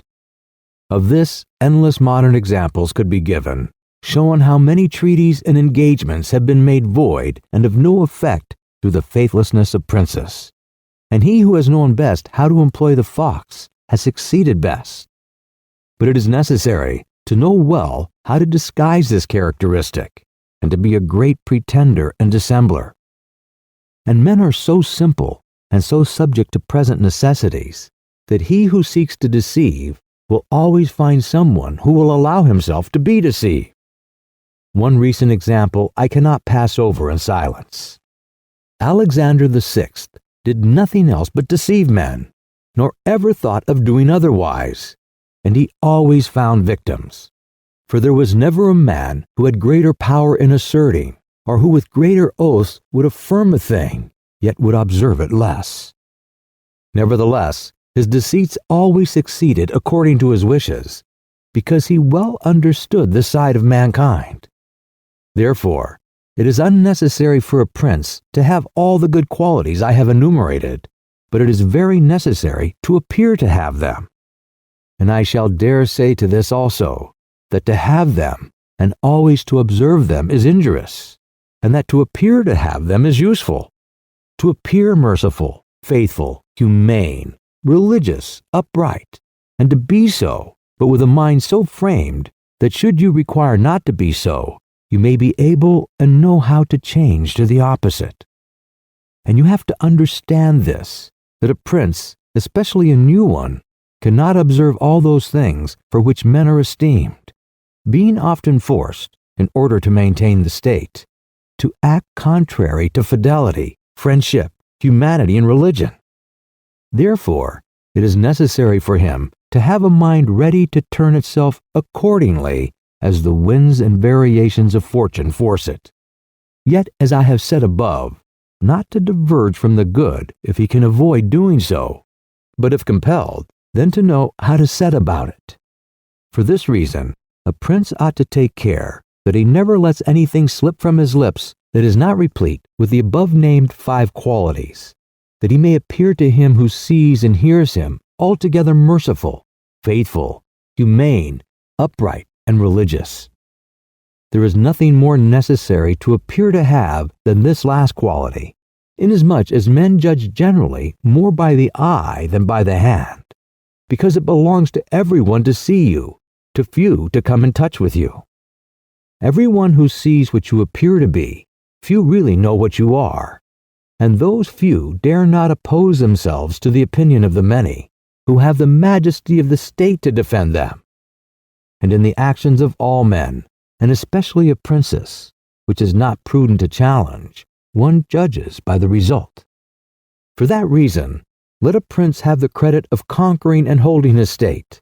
The means will always be considered honest, and he will be praised by everybody. Because the vulgar are always taken by what a thing seems to be and by what comes of it. And in the world there are only the vulgar, for the few find a place there only when the many have no ground to rest on. One prince of the present time, whom it is not well to name, never preaches anything else but peace and good faith, and to both he is most hostile, and either, if he had kept it, would have deprived him of reputation and kingdom many a time. Chapter 19. that one should avoid being despised and hated. Now concerning the characteristics of which mention is made above, I have spoken of the more important ones. The others I wish to discuss briefly under this generality, that the prince must consider, as has been in part said before, how to avoid those things which will make him hated or contemptible. And as often as he shall have succeeded, he will have fulfilled his part, and he need not fear any danger in other reproaches. It makes him hated above all things, as I have said, to be rapacious, and to be a violator of the property and women of his subjects, from both of which he must abstain.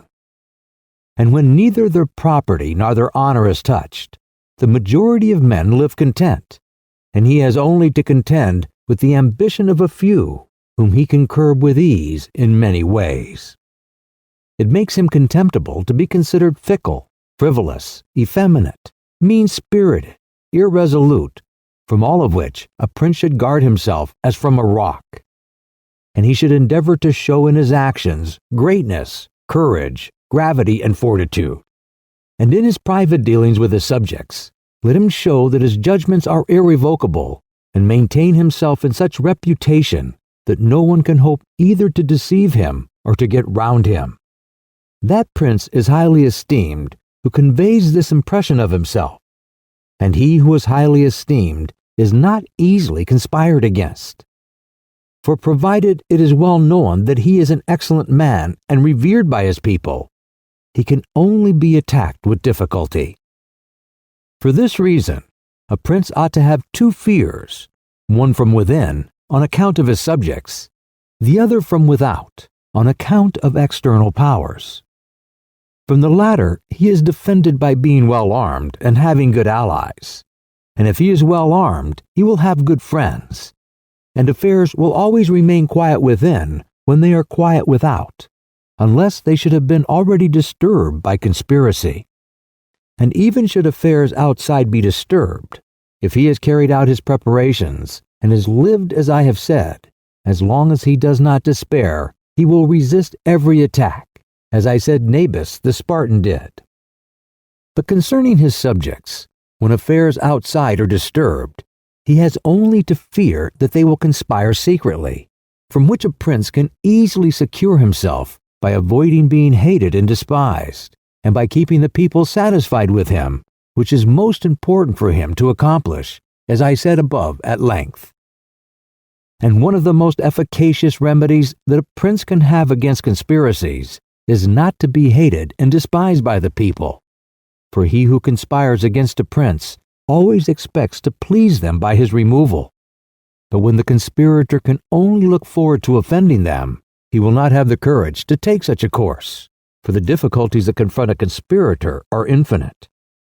And as experience shows, many have been the conspiracies, but few have been successful. Because he who conspires cannot act alone, nor can he take a companion except from those whom he believes to be malcontents. And as soon as you have opened your mind to a malcontent, you have given him the material with which to content himself. For by denouncing you, he can look for every advantage. So that seeing the gain from this course to be assured, and seeing the other to be doubtful and full of dangers, he must be a very rare friend, or a thoroughly obstinate enemy of the prince, to keep faith with you. And to reduce the matter into a small compass, I say that, on the side of the conspirator, there is nothing but fear, jealousy, prospect of punishment to terrify him. But on the side of the prince, there is the majesty of the principality, the laws, the protection of friends, and the state to defend him. So that adding to all these things the popular goodwill, it is impossible that anyone should be so rash as to conspire. For whereas in general, the conspirator has to fear before the execution of his plot, in this case, he has also to fear the sequel to the crime, because on account of it, he has the people for an enemy, and thus cannot hope for any escape. Endless examples could be given on this subject, but I will be content with one, brought to pass within the memory of our fathers. Monsieur Annibal Bentivogli, who was prince in Bologna, grandfather of the present Annibal, having been murdered by the Canenci, who had conspired against him. Not one of his family survived but Messer Giovanni, who was in childhood. Immediately after his assassination, the people rose and murdered all the Canecci. This sprung from the popular goodwill which the house of Bentivogli enjoyed in those days in Bologna, which was so great that although none remained there after the death of Annibale, who was able to rule the state, the Bolognese, having information that there was one of the Bentivogli family in Florence, who up to that time had been considered the son of a blacksmith, sent to Florence for him and gave him the government of their city. And it was ruled by him until Messer Giovanni came in due course to the government. For this reason, I consider that a prince ought to reckon conspiracies of little account when his people hold him in esteem. But when it is hostile to him and bears hatred towards him, he ought to fear everything and everybody. And well-ordered states and wise princes have taken every care not to drive the nobles to desperation and to keep the people satisfied and contented, for this is one of the most important objects a prince can have. Among the best ordered and governed kingdoms of our times is France, and in it are found many good institutions on which depend the liberty and security of the king.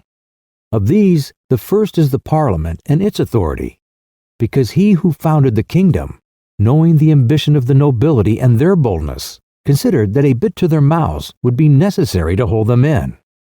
And on the other side, knowing the hatred of the people, founded in fear against the nobles, he wished to protect them. Yet he was not anxious for this to be the particular care of the king. Therefore, to take away the reproach which he would be liable to from the nobles for favoring the people, and from the people for favoring the nobles, he set up an arbiter, who should be one who could beat down the great, and favor the lesser without reproach to the king. Neither could you have a better or more prudent arrangement, or a greater source of security to the king and kingdom.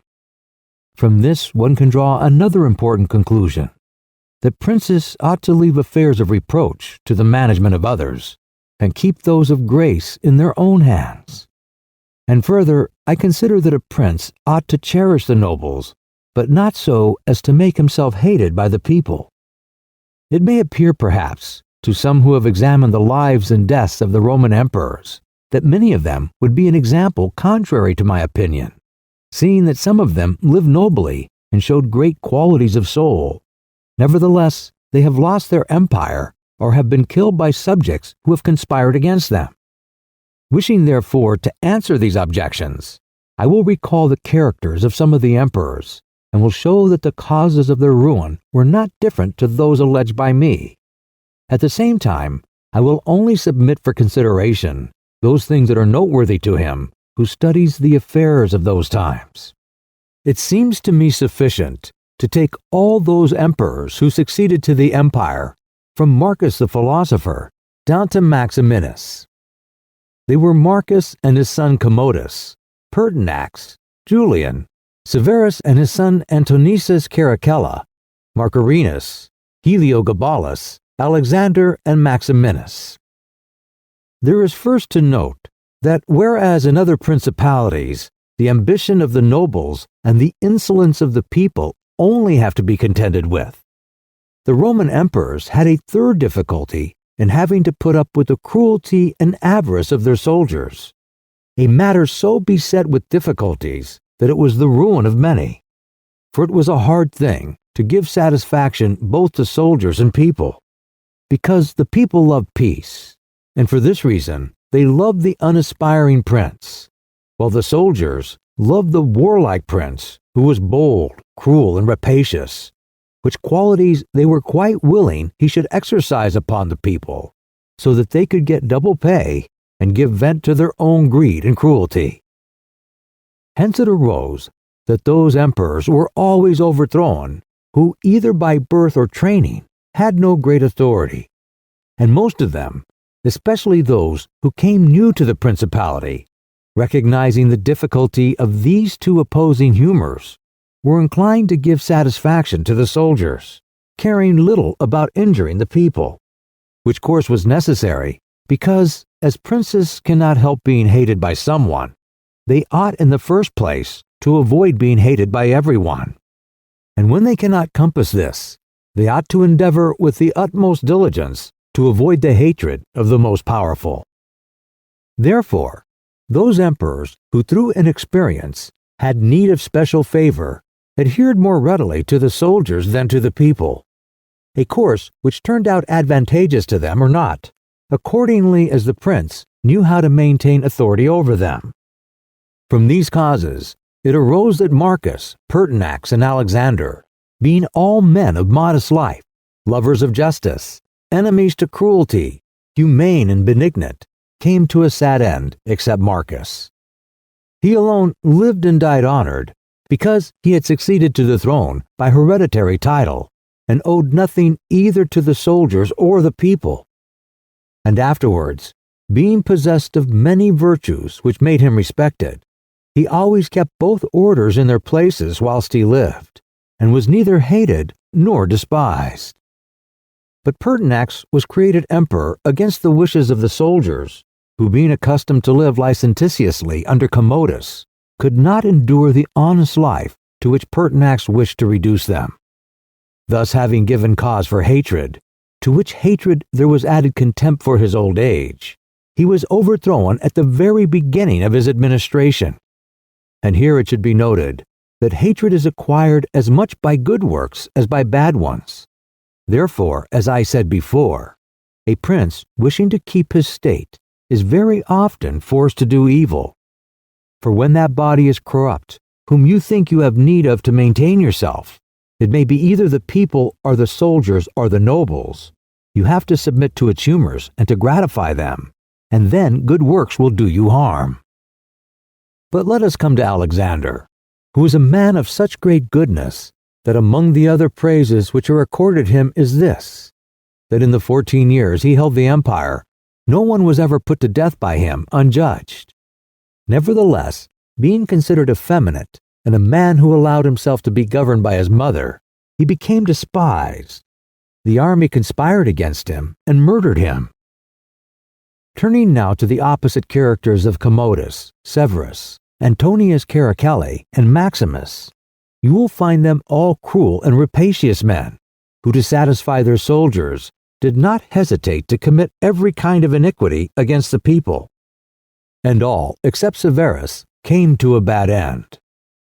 But in Severus there was so much valor that keeping the soldiers friendly, although the people were oppressed by him, he reigned successfully.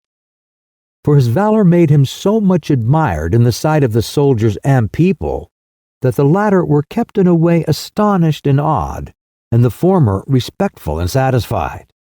And because the actions of this man, as a new prince, were great, I wish to show briefly that he knew well how to counterfeit the fox and the lion, which natures, as I have said above, it is necessary for a prince to imitate. Knowing the sloth of the Emperor Julian, he persuaded the army in Sclavonia, of which he was captain, that it would be right to go to Rome and avenge the death of Pertinax, who had been killed by the Praetorian soldiers, and under this pretext, without appearing to aspire to the throne, he moved the army on Rome and reached Italy before it was known that he had started. On his arrival at Rome, the Senate, through fear, elected him emperor and killed Julian. After this, there remained for Severus, who wished to make himself master of the whole empire, two difficulties. One in Asia, where Niger, head of the Asiatic army, had caused himself to be proclaimed emperor. The other in the west, where Albinus was, who also aspired to the throne. And as he considered it dangerous to declare himself hostile to both, he decided to attack Niger and to deceive Albinus.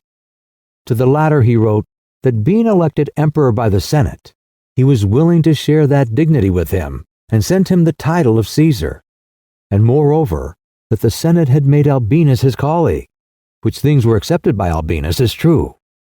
But after Severus had conquered and killed Niger and settled oriental affairs, he returned to Rome and complained to the Senate that Albinus, little recognizing the benefits that he had received from him, had by treachery sought to murder him, and for this ingratitude he was compelled to punish him.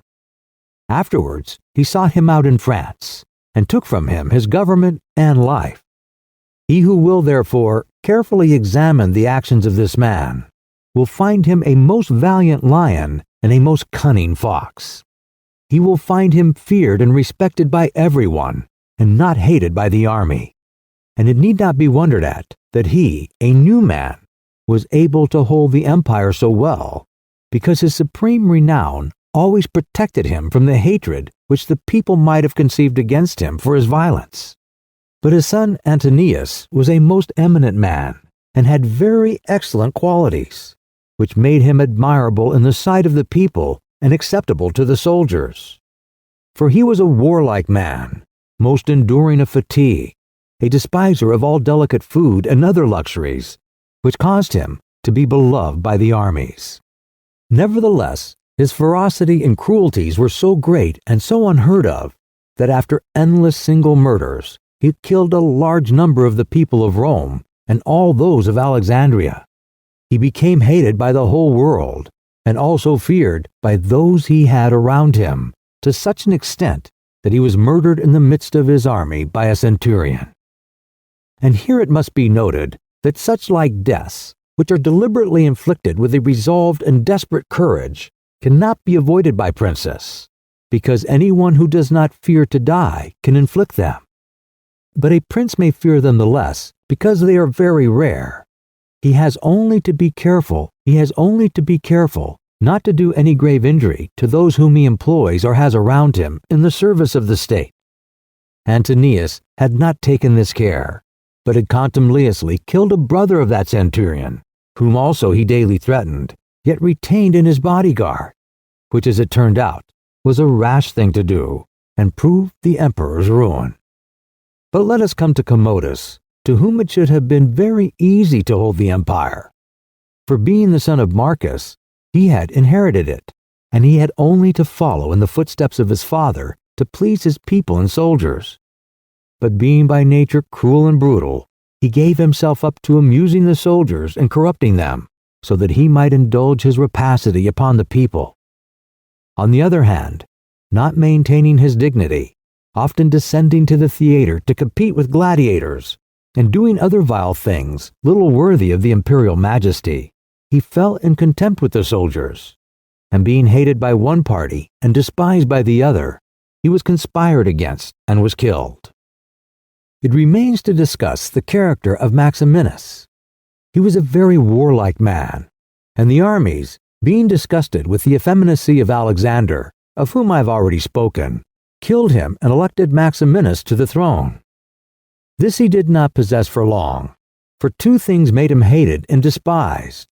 The one, his having kept sheep in trace, which brought him into contempt, it being well known to all and considered a great indignity by everyone, and the other, his having at the accession to his dominions deferred going to Rome and taking possession of the imperial seat.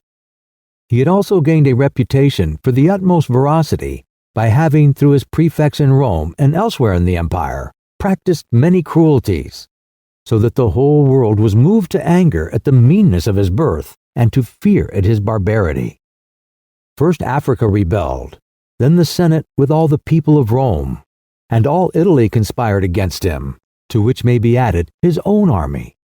This latter, besieging Aquileia and meeting with difficulties in taking it, were disgusted with his cruelties, and fearing him less when they found so many against him, murdered him. I do not wish to discuss Heliogabalus, Macrinius, or Julian, who being thoroughly contemptible, were quickly wiped out. But I will bring this discourse to a conclusion by saying that princes in our times have this difficulty of giving inordinate satisfaction to their soldiers in a far less degree, because, notwithstanding, one has to give them some indulgence that is soon done. None of these princes have armies that are veterans in the governance and administration of provinces, as were the armies of the Roman Empire. And whereas it was then more necessary to give satisfaction to soldiers than to the people, it is now more necessary to all princes, except the Turk and the Soldan, to satisfy the people rather than the soldiers, because the people are the more powerful. From the above, I have accepted the Turk, who always keeps round him 12,000 infantry and 15,000 cavalry, on which depend the security and strength of the kingdom. And it is necessary that, putting aside every consideration for the people, he should keep them his friends. The kingdom of Soldan is similar. Being entirely in the hands of soldiers, it follows again that, without regard to the people, he must keep them his friends. But you must note that the state of Soldan is unlike all other principalities, for the reason that it is like the Christian pontificate, which cannot be called either an hereditary or a newly formed principality, because the sons of the old prince are not the heirs, but he who is elected to that position by those who have authority, and the sons remain only noblemen. And this being an ancient custom, it cannot be called a new principality, because there are none of those difficulties in it that are met with in new ones. For although the prince is new, the constitution of the state is old, and is framed so as to receive him as if he were its hereditary lord. But returning to the subject of our discourse, I say that whoever will consider it will acknowledge that either hatred or contempt has been fatal to the above-named emperors. And it will be recognized also how it happened that, a number of them acting in one way and a number in another, only one in each way came to a happy end, and the rest to unhappy ones, because it would have been useless and dangerous for Pertinax and Alexander, being new princes, to imitate Marcus, who was heir to the principality. And likewise, it would have been utterly destructive to Caracalla, Commodus, and Maximinus to have imitated Severus, they not having sufficient valor to enable them to tread in his footsteps. Therefore a prince, new to the principality, cannot imitate the actions of Marcus, nor, again, is it necessary to follow those of Severus. But he ought to take from Severus those parts which are necessary to found his state, and from Marcus those which are proper and glorious to keep a state that may already be stable and firm. Chapter 20. Are fortresses and many other things to which princes often resort advantageous or hurtful? 1. Some princes, so as to hold securely the state, have disarmed their subjects. Others have kept their subject towns distracted by factions. Others have fostered enmities against themselves. Others have laid themselves out to gain over those whom they distrusted in the beginning of their governments. Some have built fortresses. Some have overthrown and destroyed them.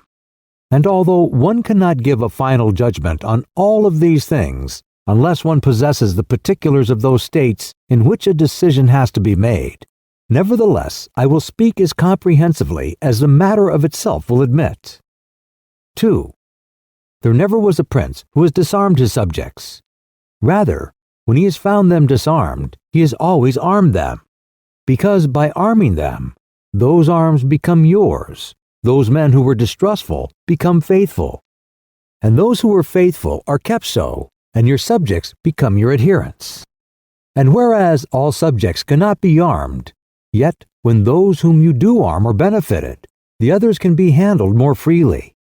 And this difference in their treatment, which they quite understand, makes the former your dependents, and the latter, considering it to be necessary that those who have the most danger in service should have the most reward, excuse you. But when you disarm them, you at once offend them by showing that you distrust them, either for cowardice or for want of loyalty, and either of these opinions breeds hatred against you. And because you cannot remain unarmed, it follows that you turn to mercenaries, which are of the character already shown.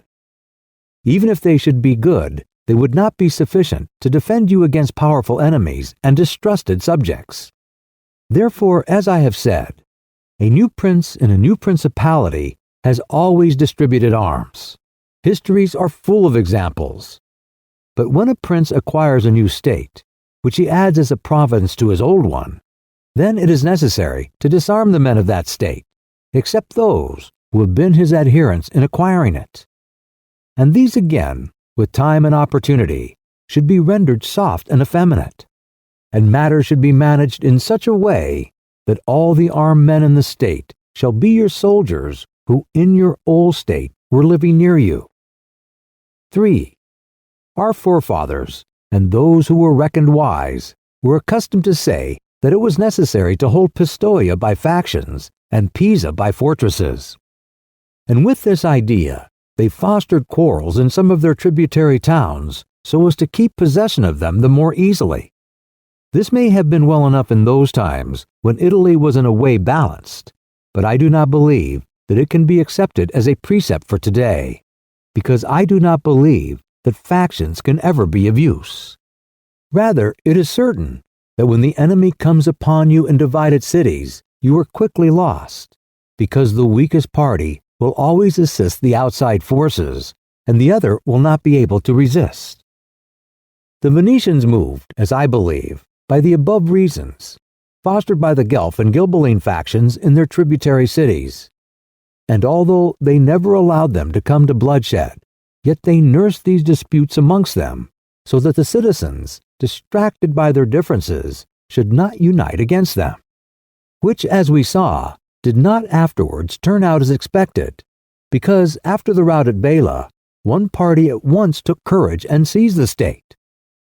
Such methods argue, therefore, weakness in the prince, because these factions will never be permitted in a vigorous principality. Such methods for enabling one the more easily to manage subjects are only useful in times of peace, but if war comes, this policy proves fallacious.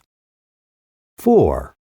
Without doubt, princes become great when they overcome the difficulties and obstacles by which they are confronted, and therefore fortune, especially when she desires to make a new prince great, who has a greater necessity to earn renown than a hereditary one, causes enemies to arise and form designs against him, in order that he may have the opportunity of overcoming them, and by them to mount higher, as by a ladder which his enemies have raised.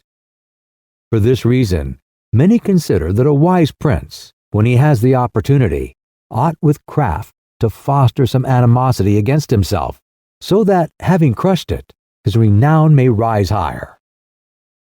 5. Princes, especially new ones, have found more fidelity and assistance in those men who in the beginning of their rule were distrusted than among those who in the beginning were trusted. Pandolfo Petrucci, Prince of Siena, ruled his state more by those who had been distrusted than by others.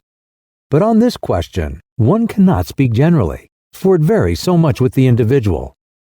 I will only say this, that those men who at the commencement of a princedom have been hostile, if they are of a description to need assistance to support themselves, can always be gained over with the greatest ease, and they will be tightly held to serve the prince with fidelity, inasmuch as they know it to be very necessary for them to cancel by deeds the bad impression which he had formed of them. And thus the prince always extracts more profit from them than from those who, serving him in too much security, may neglect his affairs. And since the matter demands it, I will not fail to warn a prince, who by means of secret favors has acquired a new state, that he must well consider the reasons which induce those to favor him who did so. And if it be not a natural affection towards him, but only discontent with their government, then he will only keep them friendly with great trouble and difficulty, for it will be impossible to satisfy them. And weighing well the reasons for this in those examples which can be taken from ancient and modern affairs, we shall find that it is easier for the prince to make friends of those men who were contented under the former government, and are therefore his enemies, than of those who, being discontented with it, were favorable to him and encouraged him to seize it.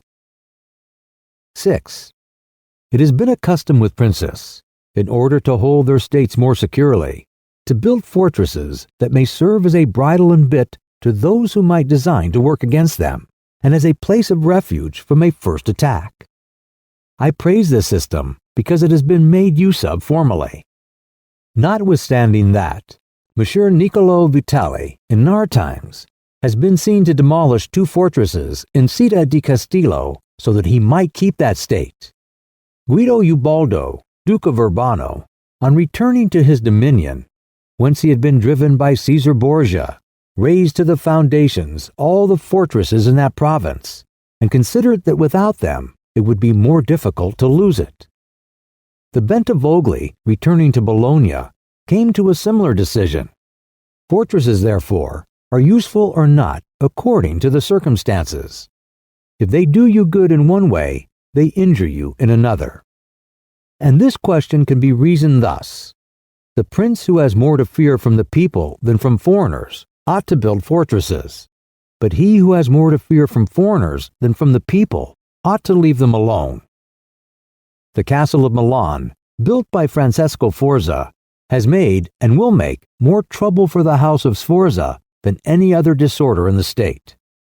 For this reason, the best possible fortress is not to be hated by the people. Because although you may hold the fortresses, yet they will not save you if the people hate you. For there will never be wanting foreigners to assist a people who have taken arms against you.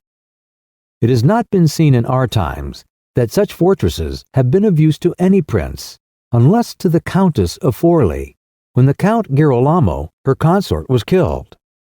For by that means she was able to withstand the popular attack and wait for assistance from Milan, and thus recover her state. And the posture of affairs was such at the time that the foreigners could not assist the people. But fortresses were of little value to her afterwards, when Caesar Borgia attacked her, and when the people, her enemy, were allied with foreigners. Therefore, it would have been safer for her, both then and before, not to have been hated by the people than to have had the fortresses.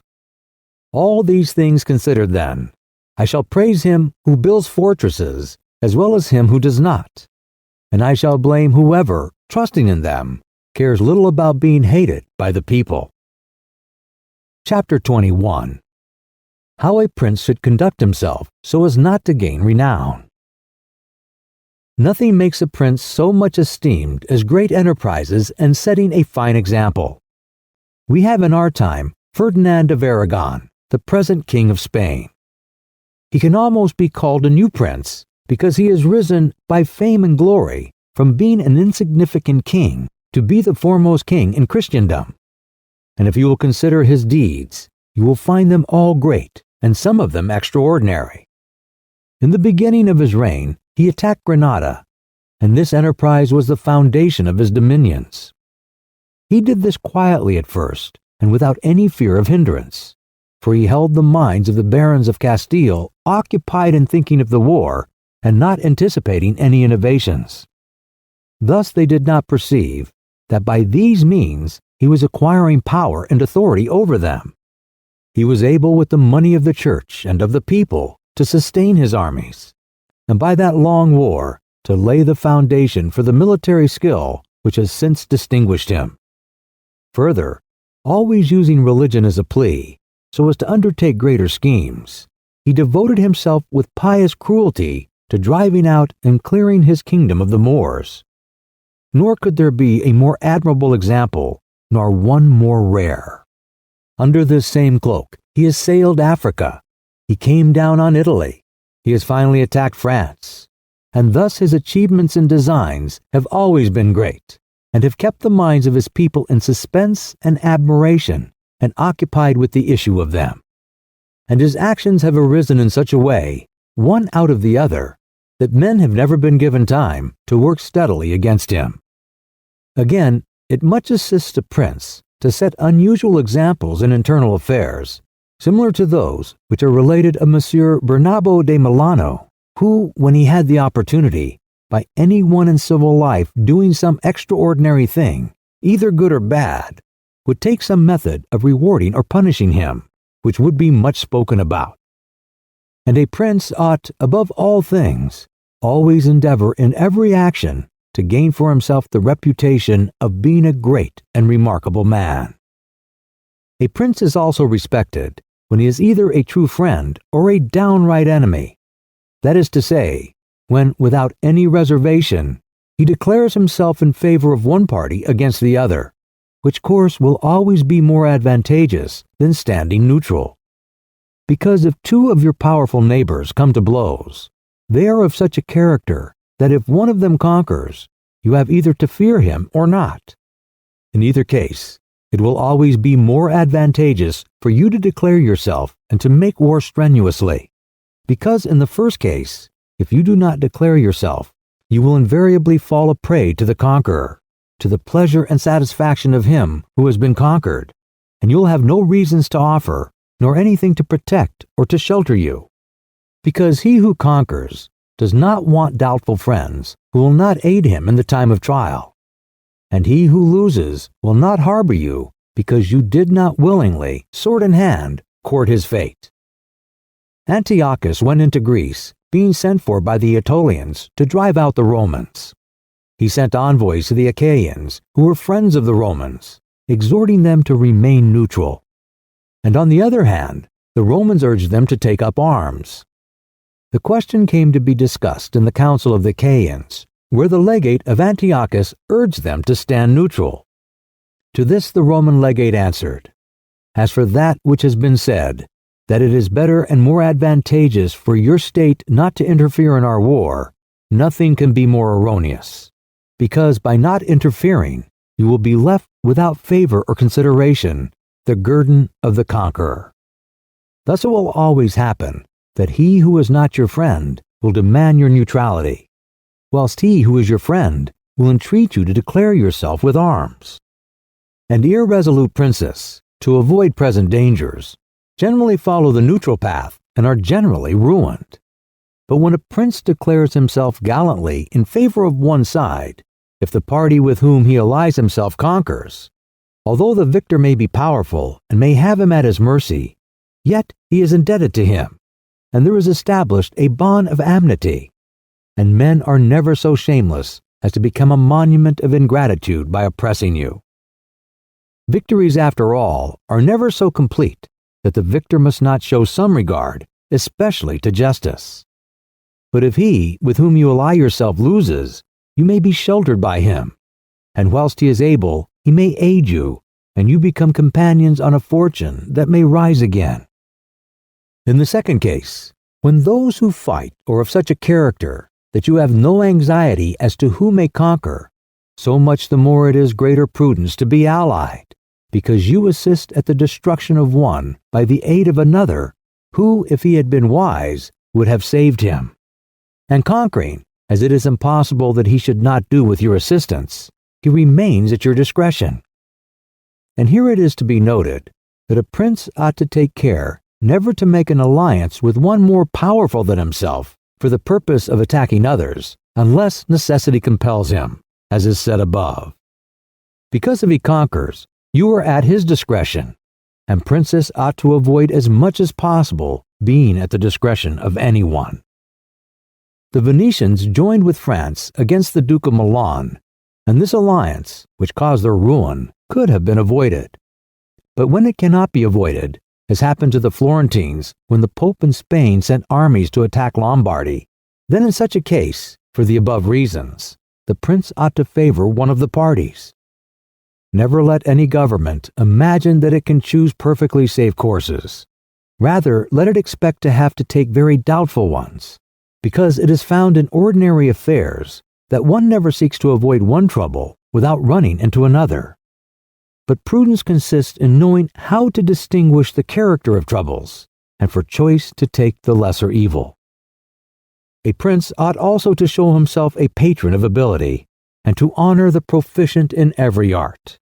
At the same time, he should encourage his citizens to practice their callings peaceably, both in commerce and agriculture, and in every other following, so that the one should not be deterred from improving his possessions for fear lest they be taken away from him, or another from opening up trade for fear of taxes. But the prince ought to offer rewards to whoever wishes to do these things and designs in any way to honor his city or state. Further, he ought to entertain the people with festivals and spectacles at convenient seasons of the year, and as every city is divided into guilds or into societies, he ought to hold such bodies in esteem, and associate with them sometimes, and show himself an example of courtesy and liberality. Nevertheless, always maintaining the majesty of his rank, for this he must never consent to abate in anything. Chapter 22. Concerning the secretaries of princes. The choice of servants is of no little importance to a prince, and they are good or not according to the discrimination of the prince.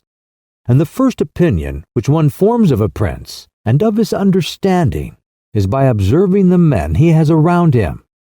And when they are capable and faithful, he may always be considered wise, because he has known how to recognize the capable and to keep them faithful. But when they are otherwise, one cannot form a good opinion of him, for the prime error which he made was in choosing them. There were none who knew Messer Antonio da Finafro as a servant of Pandolfo Petrucci, Prince of Siena, who would not consider Pandolfo to be a very clever man in having Venafro for his servant. Because there are three classes of intellects, one which comprehends by itself, another which appreciates what others comprehended, and a third which neither comprehends by itself nor by the showing of others. The first is the most excellent, the second is good, the third is useless. Therefore, it follows necessarily that if Pandolfo was not in the first rank, he was in the second. For whenever one has judgment to know good and bad when it is said and done, although he himself may not have the initiative, yet he can recognize the good and the bad in his servant, and the one he can praise and the other correct. Thus the servant cannot hope to deceive him and is kept honest. But to enable a prince to form an opinion of his servant, there is one test which never fails. When you see the servant thinking more of his own interest than of yours, and seeking inwardly his own profit in everything, such a man will never make a good servant, nor will you ever be able to trust him. Because he who has the state of another in his hands ought never to think of himself, but always of his prince, and never pay any attention to matters in which the prince is not concerned. On the other hand, to keep his servant honest, the prince ought to study him, honoring him, enriching him, doing him kindness, sharing with him the honors and cares, and at the same time let him see that he cannot stand alone, so that many honors may not make him desire more, many riches make him wish for more, and that many cares may make him dread chances. When, therefore, servants and princes toward servants are thus disposed, they can trust each other. But when it is otherwise, the end will always be disastrous for either one or the other. Chapter 23. How Flatterers Should Be Avoided. I do not wish to leave out an important branch of this subject, for it is a danger from which princes are with difficulty preserved, unless they are very careful in discriminating. It is that of flatterers, of whom courts are full, because men are so self-complacent in their own affairs, and in a way so deceived in them, that they are preserved with difficulty from this pest. And if they wish to defend themselves, they run the danger of falling into contempt, because there is no other way of guarding oneself from flatterers, except letting men understand that to tell you the truth does not offend you. But when everyone may tell you the truth, respect for you abates. Therefore, a wise prince ought to hold a third course by choosing the wise men in his state, and giving to them only the liberty of speaking the truth to him, and then only of those things of which he inquires, and of none others. But he ought to question them upon everything, and listen to their opinions, and afterwards form his own conclusions. With these counselors, separately and collectively, he ought to carry himself in such a way that each of them should know that the more freely he shall speak, the more he shall be preferred. Outside of these, he should listen to no one, pursue the thing resolved on, and be steadfast in his resolution. He who does otherwise is either overthrown by flatterers, or is so often changed by varying opinions that he falls into contempt. I wish on this subject to adduce a modern example. Fra Luca, the man of affairs to Maximilian, the present emperor, speaking of his majesty, said, "He consulted with no one, yet never got his own way in anything." This arose because of his following a practice the opposite to the above. For the emperor is a secretive man. He does not communicate his designs to anyone, nor does he receive opinions on them, but as in carrying them into effect, they become revealed and known, and they are at once obstructed by those men whom he has around him, and he, being pliant, is diverted from them. Hence it follows that those things he does one day he undoes the next, and no one ever understands what he wishes or intends to do, and no one can rely on his resolutions. A prince, therefore, ought always to take counsel, but only when he wishes and not when others wish. He ought rather to discourage everyone from offering advice unless he asks it, but however, he ought to be a constant inquirer, and afterwards a patient listener concerning the things of which he inquired. Also, on learning that anyone, on any consideration, has not told him the truth, he should let his anger be felt. And if there are some who think that a prince who conveys an impression of his wisdom is not so through his own ability, but through the good advisers that he has around him, beyond doubt they are deceived, because this is an axiom which never fails, that a prince who is not wise himself will never take good advice, unless by chance he has yielded his affairs entirely to one person who happens to be a very prudent man. In this case, indeed, he may be well governed, but it would not be for long, because such a governor would in short time take away his state from him. But if a prince who is not inexperienced should take counsel from more than one, he will never get united counsel, nor will he know how to unite them. Each of the counselors will think of his own interests, and the prince will not know how to control them or to see through them. And they are not to found otherwise, because men will always prove untrue to you unless they are kept honest by constraint. Therefore, it must be inferred that good counsels, whencesoever they come, are born of the wisdom of the prince, and not the wisdom of the prince from good counsels. Chapter 24. Why the Princes of Italy have lost their states. The previous suggestions, carefully observed, will enable a new prince to appear well established, and render him at once more secure and fixed in the state than if he had been long seated there. For the actions of a new prince are more narrowly observed than those of an hereditary one, and when they are seen to be able, they gain more men and bind far tighter than ancient blood, because men are attracted more by the present than by the past, and when they find the present good, they enjoy it and seek no further. They will also make the utmost defense of a prince if he fails them not in other things. Thus it will be a double glory for him to have established a new principality and adorned and strengthened it with good laws, good arms, good allies, and with a good example. So will it be a double disgrace to him who, born a prince, shall lose his state by want of wisdom. And if those signors are considered who have lost their states in Italy in our times, such as the King of Naples, the Duke of Milan, and others, there will be found in them, firstly, one common defect in regard to arms from the causes which have been discussed at length. In the next place, some one of them will be seen either to have had the people hostile, or if he has had the people friendly, he has not known how to secure the nobles. In the absence of these defects, states that have power enough to keep an army in the field cannot be lost. Philip of Macedon, not the father of Alexander the Great, but he who was conquered by Titus Quintius, had not much territory compared to the greatness of the Romans and of Greece who attacked him. Yet being a warlike man who knew how to attract the people and secure the nobles, he sustained the war against his enemies for many years.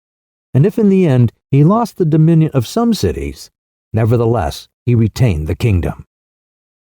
Therefore, do not let our princes accuse fortune for the loss of their principalities after so many years' possession, but rather their own sloth, because in quiet times they never thought there could be a change. It is a common defect in man not to make any provision in the calm against the tempest, and when afterwards the bad times came, they thought of flight and not of defending themselves, and they hoped that the people, disgusted with the insolence of the conquerors, would recall them. This course, when others fail, may be good, but it is very bad to have neglected all other expedients for that, since you would never wish to fall, because you trusted to be able to find someone later on to restore you. This again either does not happen, or if it does, it would not be for your security, because that deliverance is of no avail which does not depend upon yourself. Those only are reliable, certain, and durable that depend on yourself and your valor. Chapter 25. What fortune can effect in human affairs, and how to withstand her. It is not unknown to me how many men have had, and still have, the opinion that the affairs of the world are in such wise governed by fortune and by God, that men with their wisdom cannot direct them, and that no one can ever help them. And because of this, they would have us believe that it is not necessary to labor much in affairs, but to let chance govern them. This opinion has been more credited in our times because of the great changes in affairs which have been seen, and may still be seen every day beyond all human conjecture. Sometimes pondering over this, I am some degree inclined to their opinion. Nevertheless, not to extinguish our free will, I hold it to be true that fortune is the arbiter of one half of our actions, but that she still leaves us to direct the other half, or perhaps a little less. I compare her to one of those raging rivers, which, when in flood, overflows the plains, sweeping away trees and buildings, bearing away the soil from place to place. Everything flies before it, all yield to its violence, and without being able in any way to withstand it. And yet, though its nature be such, it does not follow therefore that men, when the weather becomes fair, shall not make provision, both with defenses and barriers, in such a manner that, rising again, the waters may pass away by canal, and their force be neither so unrestrained nor so dangerous. So it happens with fortune, who shows her power where valor has not prepared to resist her, and thither she turns her forces where she knows that barriers and defenses have not been raised to constrain her. And if you will consider Italy, which is a seat of these changes, and which has given to them their impulse, you will see it to be an open country without barriers and without any defense. For if it had been defended by proper valor, as are Germany, Spain, and France, either this invasion would not have made the great changes it has made, or it would not have come at all. And this I consider enough to say concerning resistance to fortune in general. But confining myself more to the particular, I say that a prince may be seen happy today and ruined tomorrow without having shown any change of disposition or character. This, I believe, arises firstly from causes that have already been discussed at length, namely, that the prince who relies entirely on fortune is lost when it changes. I believe also that he will be successful who directs his actions according to the spirit of the times, and that he whose actions do not accord with the times will not be successful. Because men are seen, in affairs that lead to the end which every man has before him, namely glory and riches, to get there by various methods, one with caution, another with haste, one by force, another by skill, one by patience, another by its opposite, and each one succeeds in reaching the goal by a different method. One can also see of two cautious men, the one attain his end, the other fail. And similarly, two men by different observances are equally successful, the one being cautious, the other impetuous. All this arises from nothing else than whether or not they conform in their methods to the spirit of the times. This follows from what I have said, that two men working differently bring about the same effect, and of two working similarly, one attains his object and the other does not. Changes in a state also issue from this, for if, to one who governs himself with caution and patience, times and affairs converge in such a way that his administration is successful, his fortune is made. But if times and affairs change, he is ruined if he does not change his course of action. But a man is not often found sufficiently circumspect to know how to accommodate himself to the change, both because he cannot deviate from what nature inclines him to do, and also because, having always prospered by acting in one way, he cannot be persuaded that it is well to leave it. And therefore, the cautious man, when it is time to turn adventurous, does not know how to do it. Hence he is ruined. But had he changed his conduct with the times, fortune would not have changed.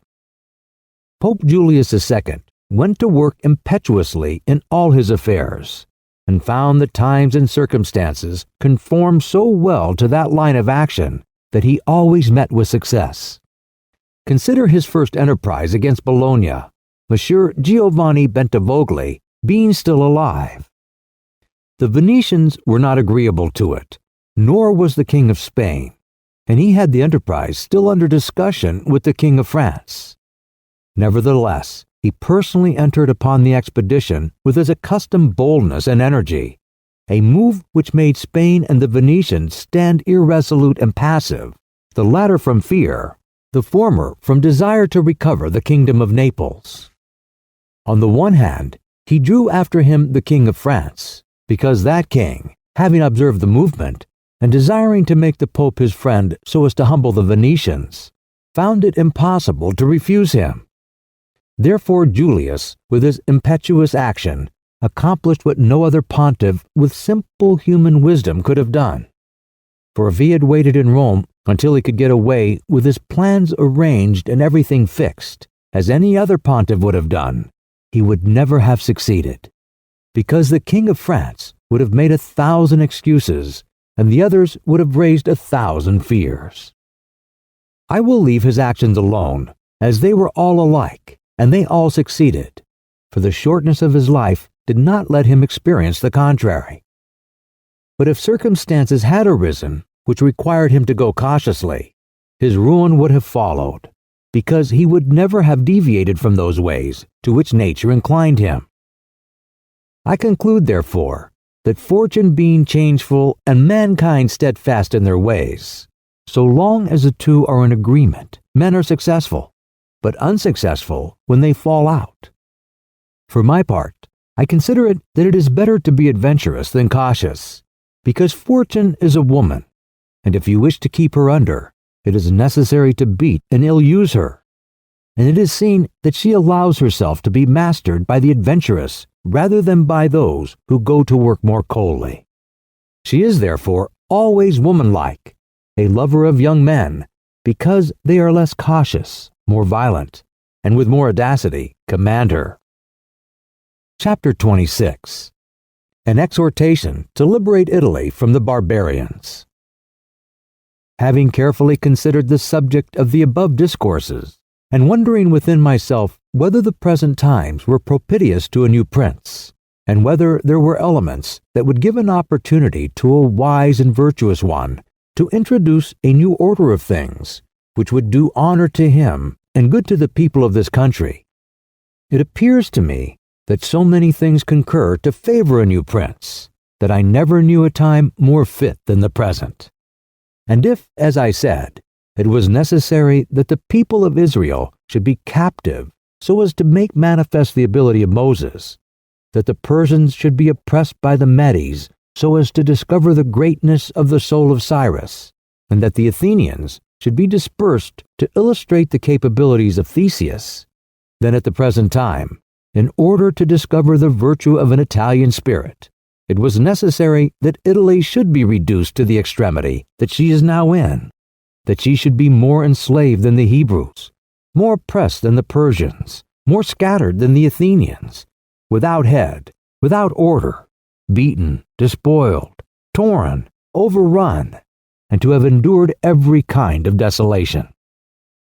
Although lately some spark may have been shown by one which make us think that he was ordained by God for our redemption, nevertheless it was afterwards seen, in the height of his career, that fortune rejected him, so that Italy, left as without life, waits for him who shall yet heal her wounds and put an end to the ravaging and plundering of Lombardy, to the swindling and taxing of the kingdom and of Tuscany, and cleanse those sores that for so long have festered.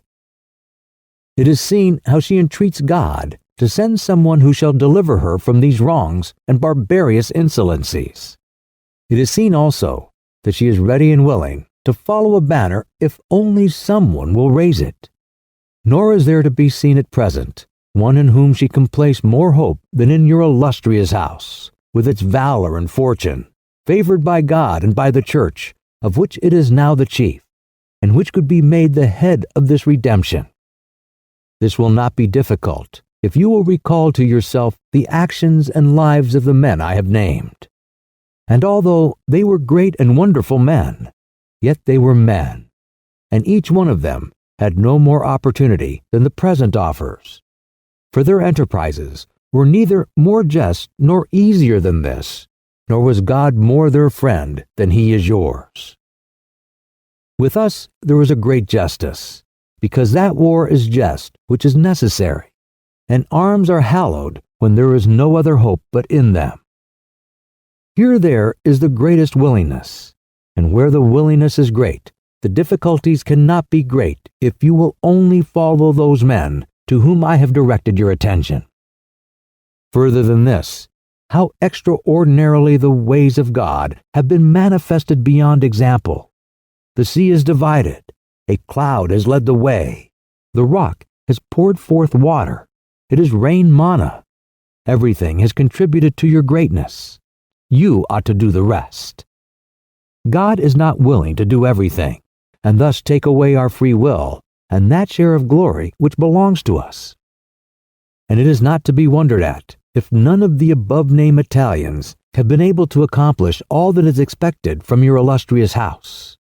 And if in so many revolutions in Italy, and in so many campaigns, it has always appeared as if military virtue were exhausted, this has happened because the old order of things was not good, and none of us have known how to find a new one. And nothing honors a man more than to establish new laws and new ordinances when he himself was newly risen. Such things, when they are well founded and dignified, will make him revered and admired, and in Italy there are not wanting opportunities to bring such into use in every form. Here there is great valor in the limbs, whilst it fails in the head. Look attentively at the duels and the hand-to-hand combats, how superior the Italians are in strength and subtlety. But when it comes to armies, they do not bear comparison, and this springs entirely from the insufficiency of the leaders, since those who are capable are not obedient, and each one seems to himself to know, there having never been any one so distinguished above the rest, either by valor or fortune, that others would yield to him. Hence it is that for so long a time, and during so much fighting in the past 20 years, whenever there has been an army wholly Italian, it has always given a poor account of itself. The first witness to this is Il Taro, afterwards Alessandria, Caputo, Capua, Genoa, Biella, Bologna, Mestre.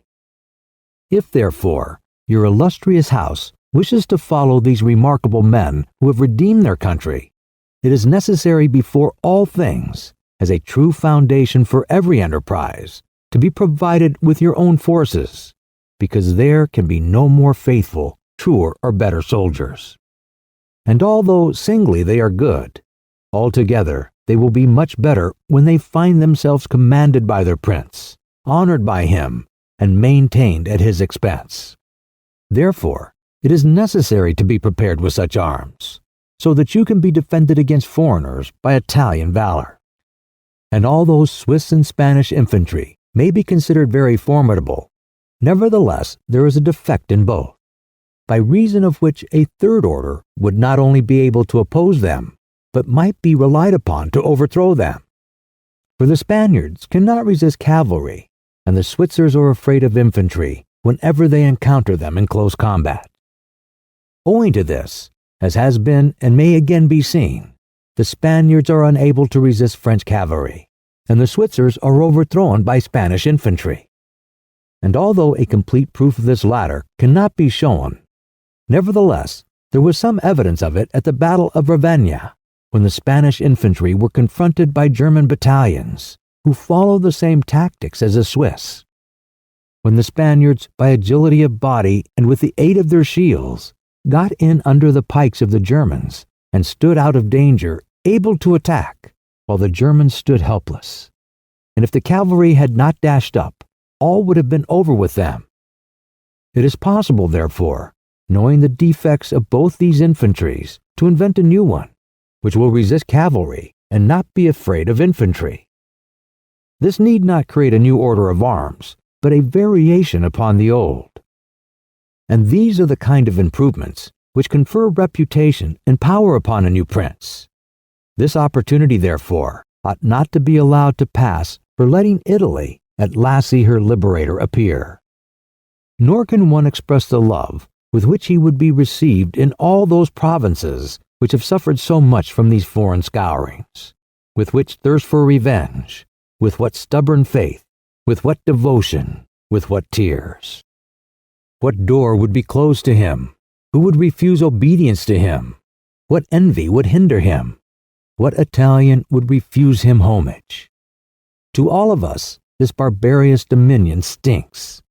Let therefore your illustrious house take up this charge with that courage and hope with which all just enterprises are undertaken, so that under its standard our native country may be ennobled, and under its auspices may be verified that saying of Petrarch: Virtu contro el furore, prendere l'arme, e fia il combatter corto, che lo antico valore, negli Italia sicuro non è ancor morto.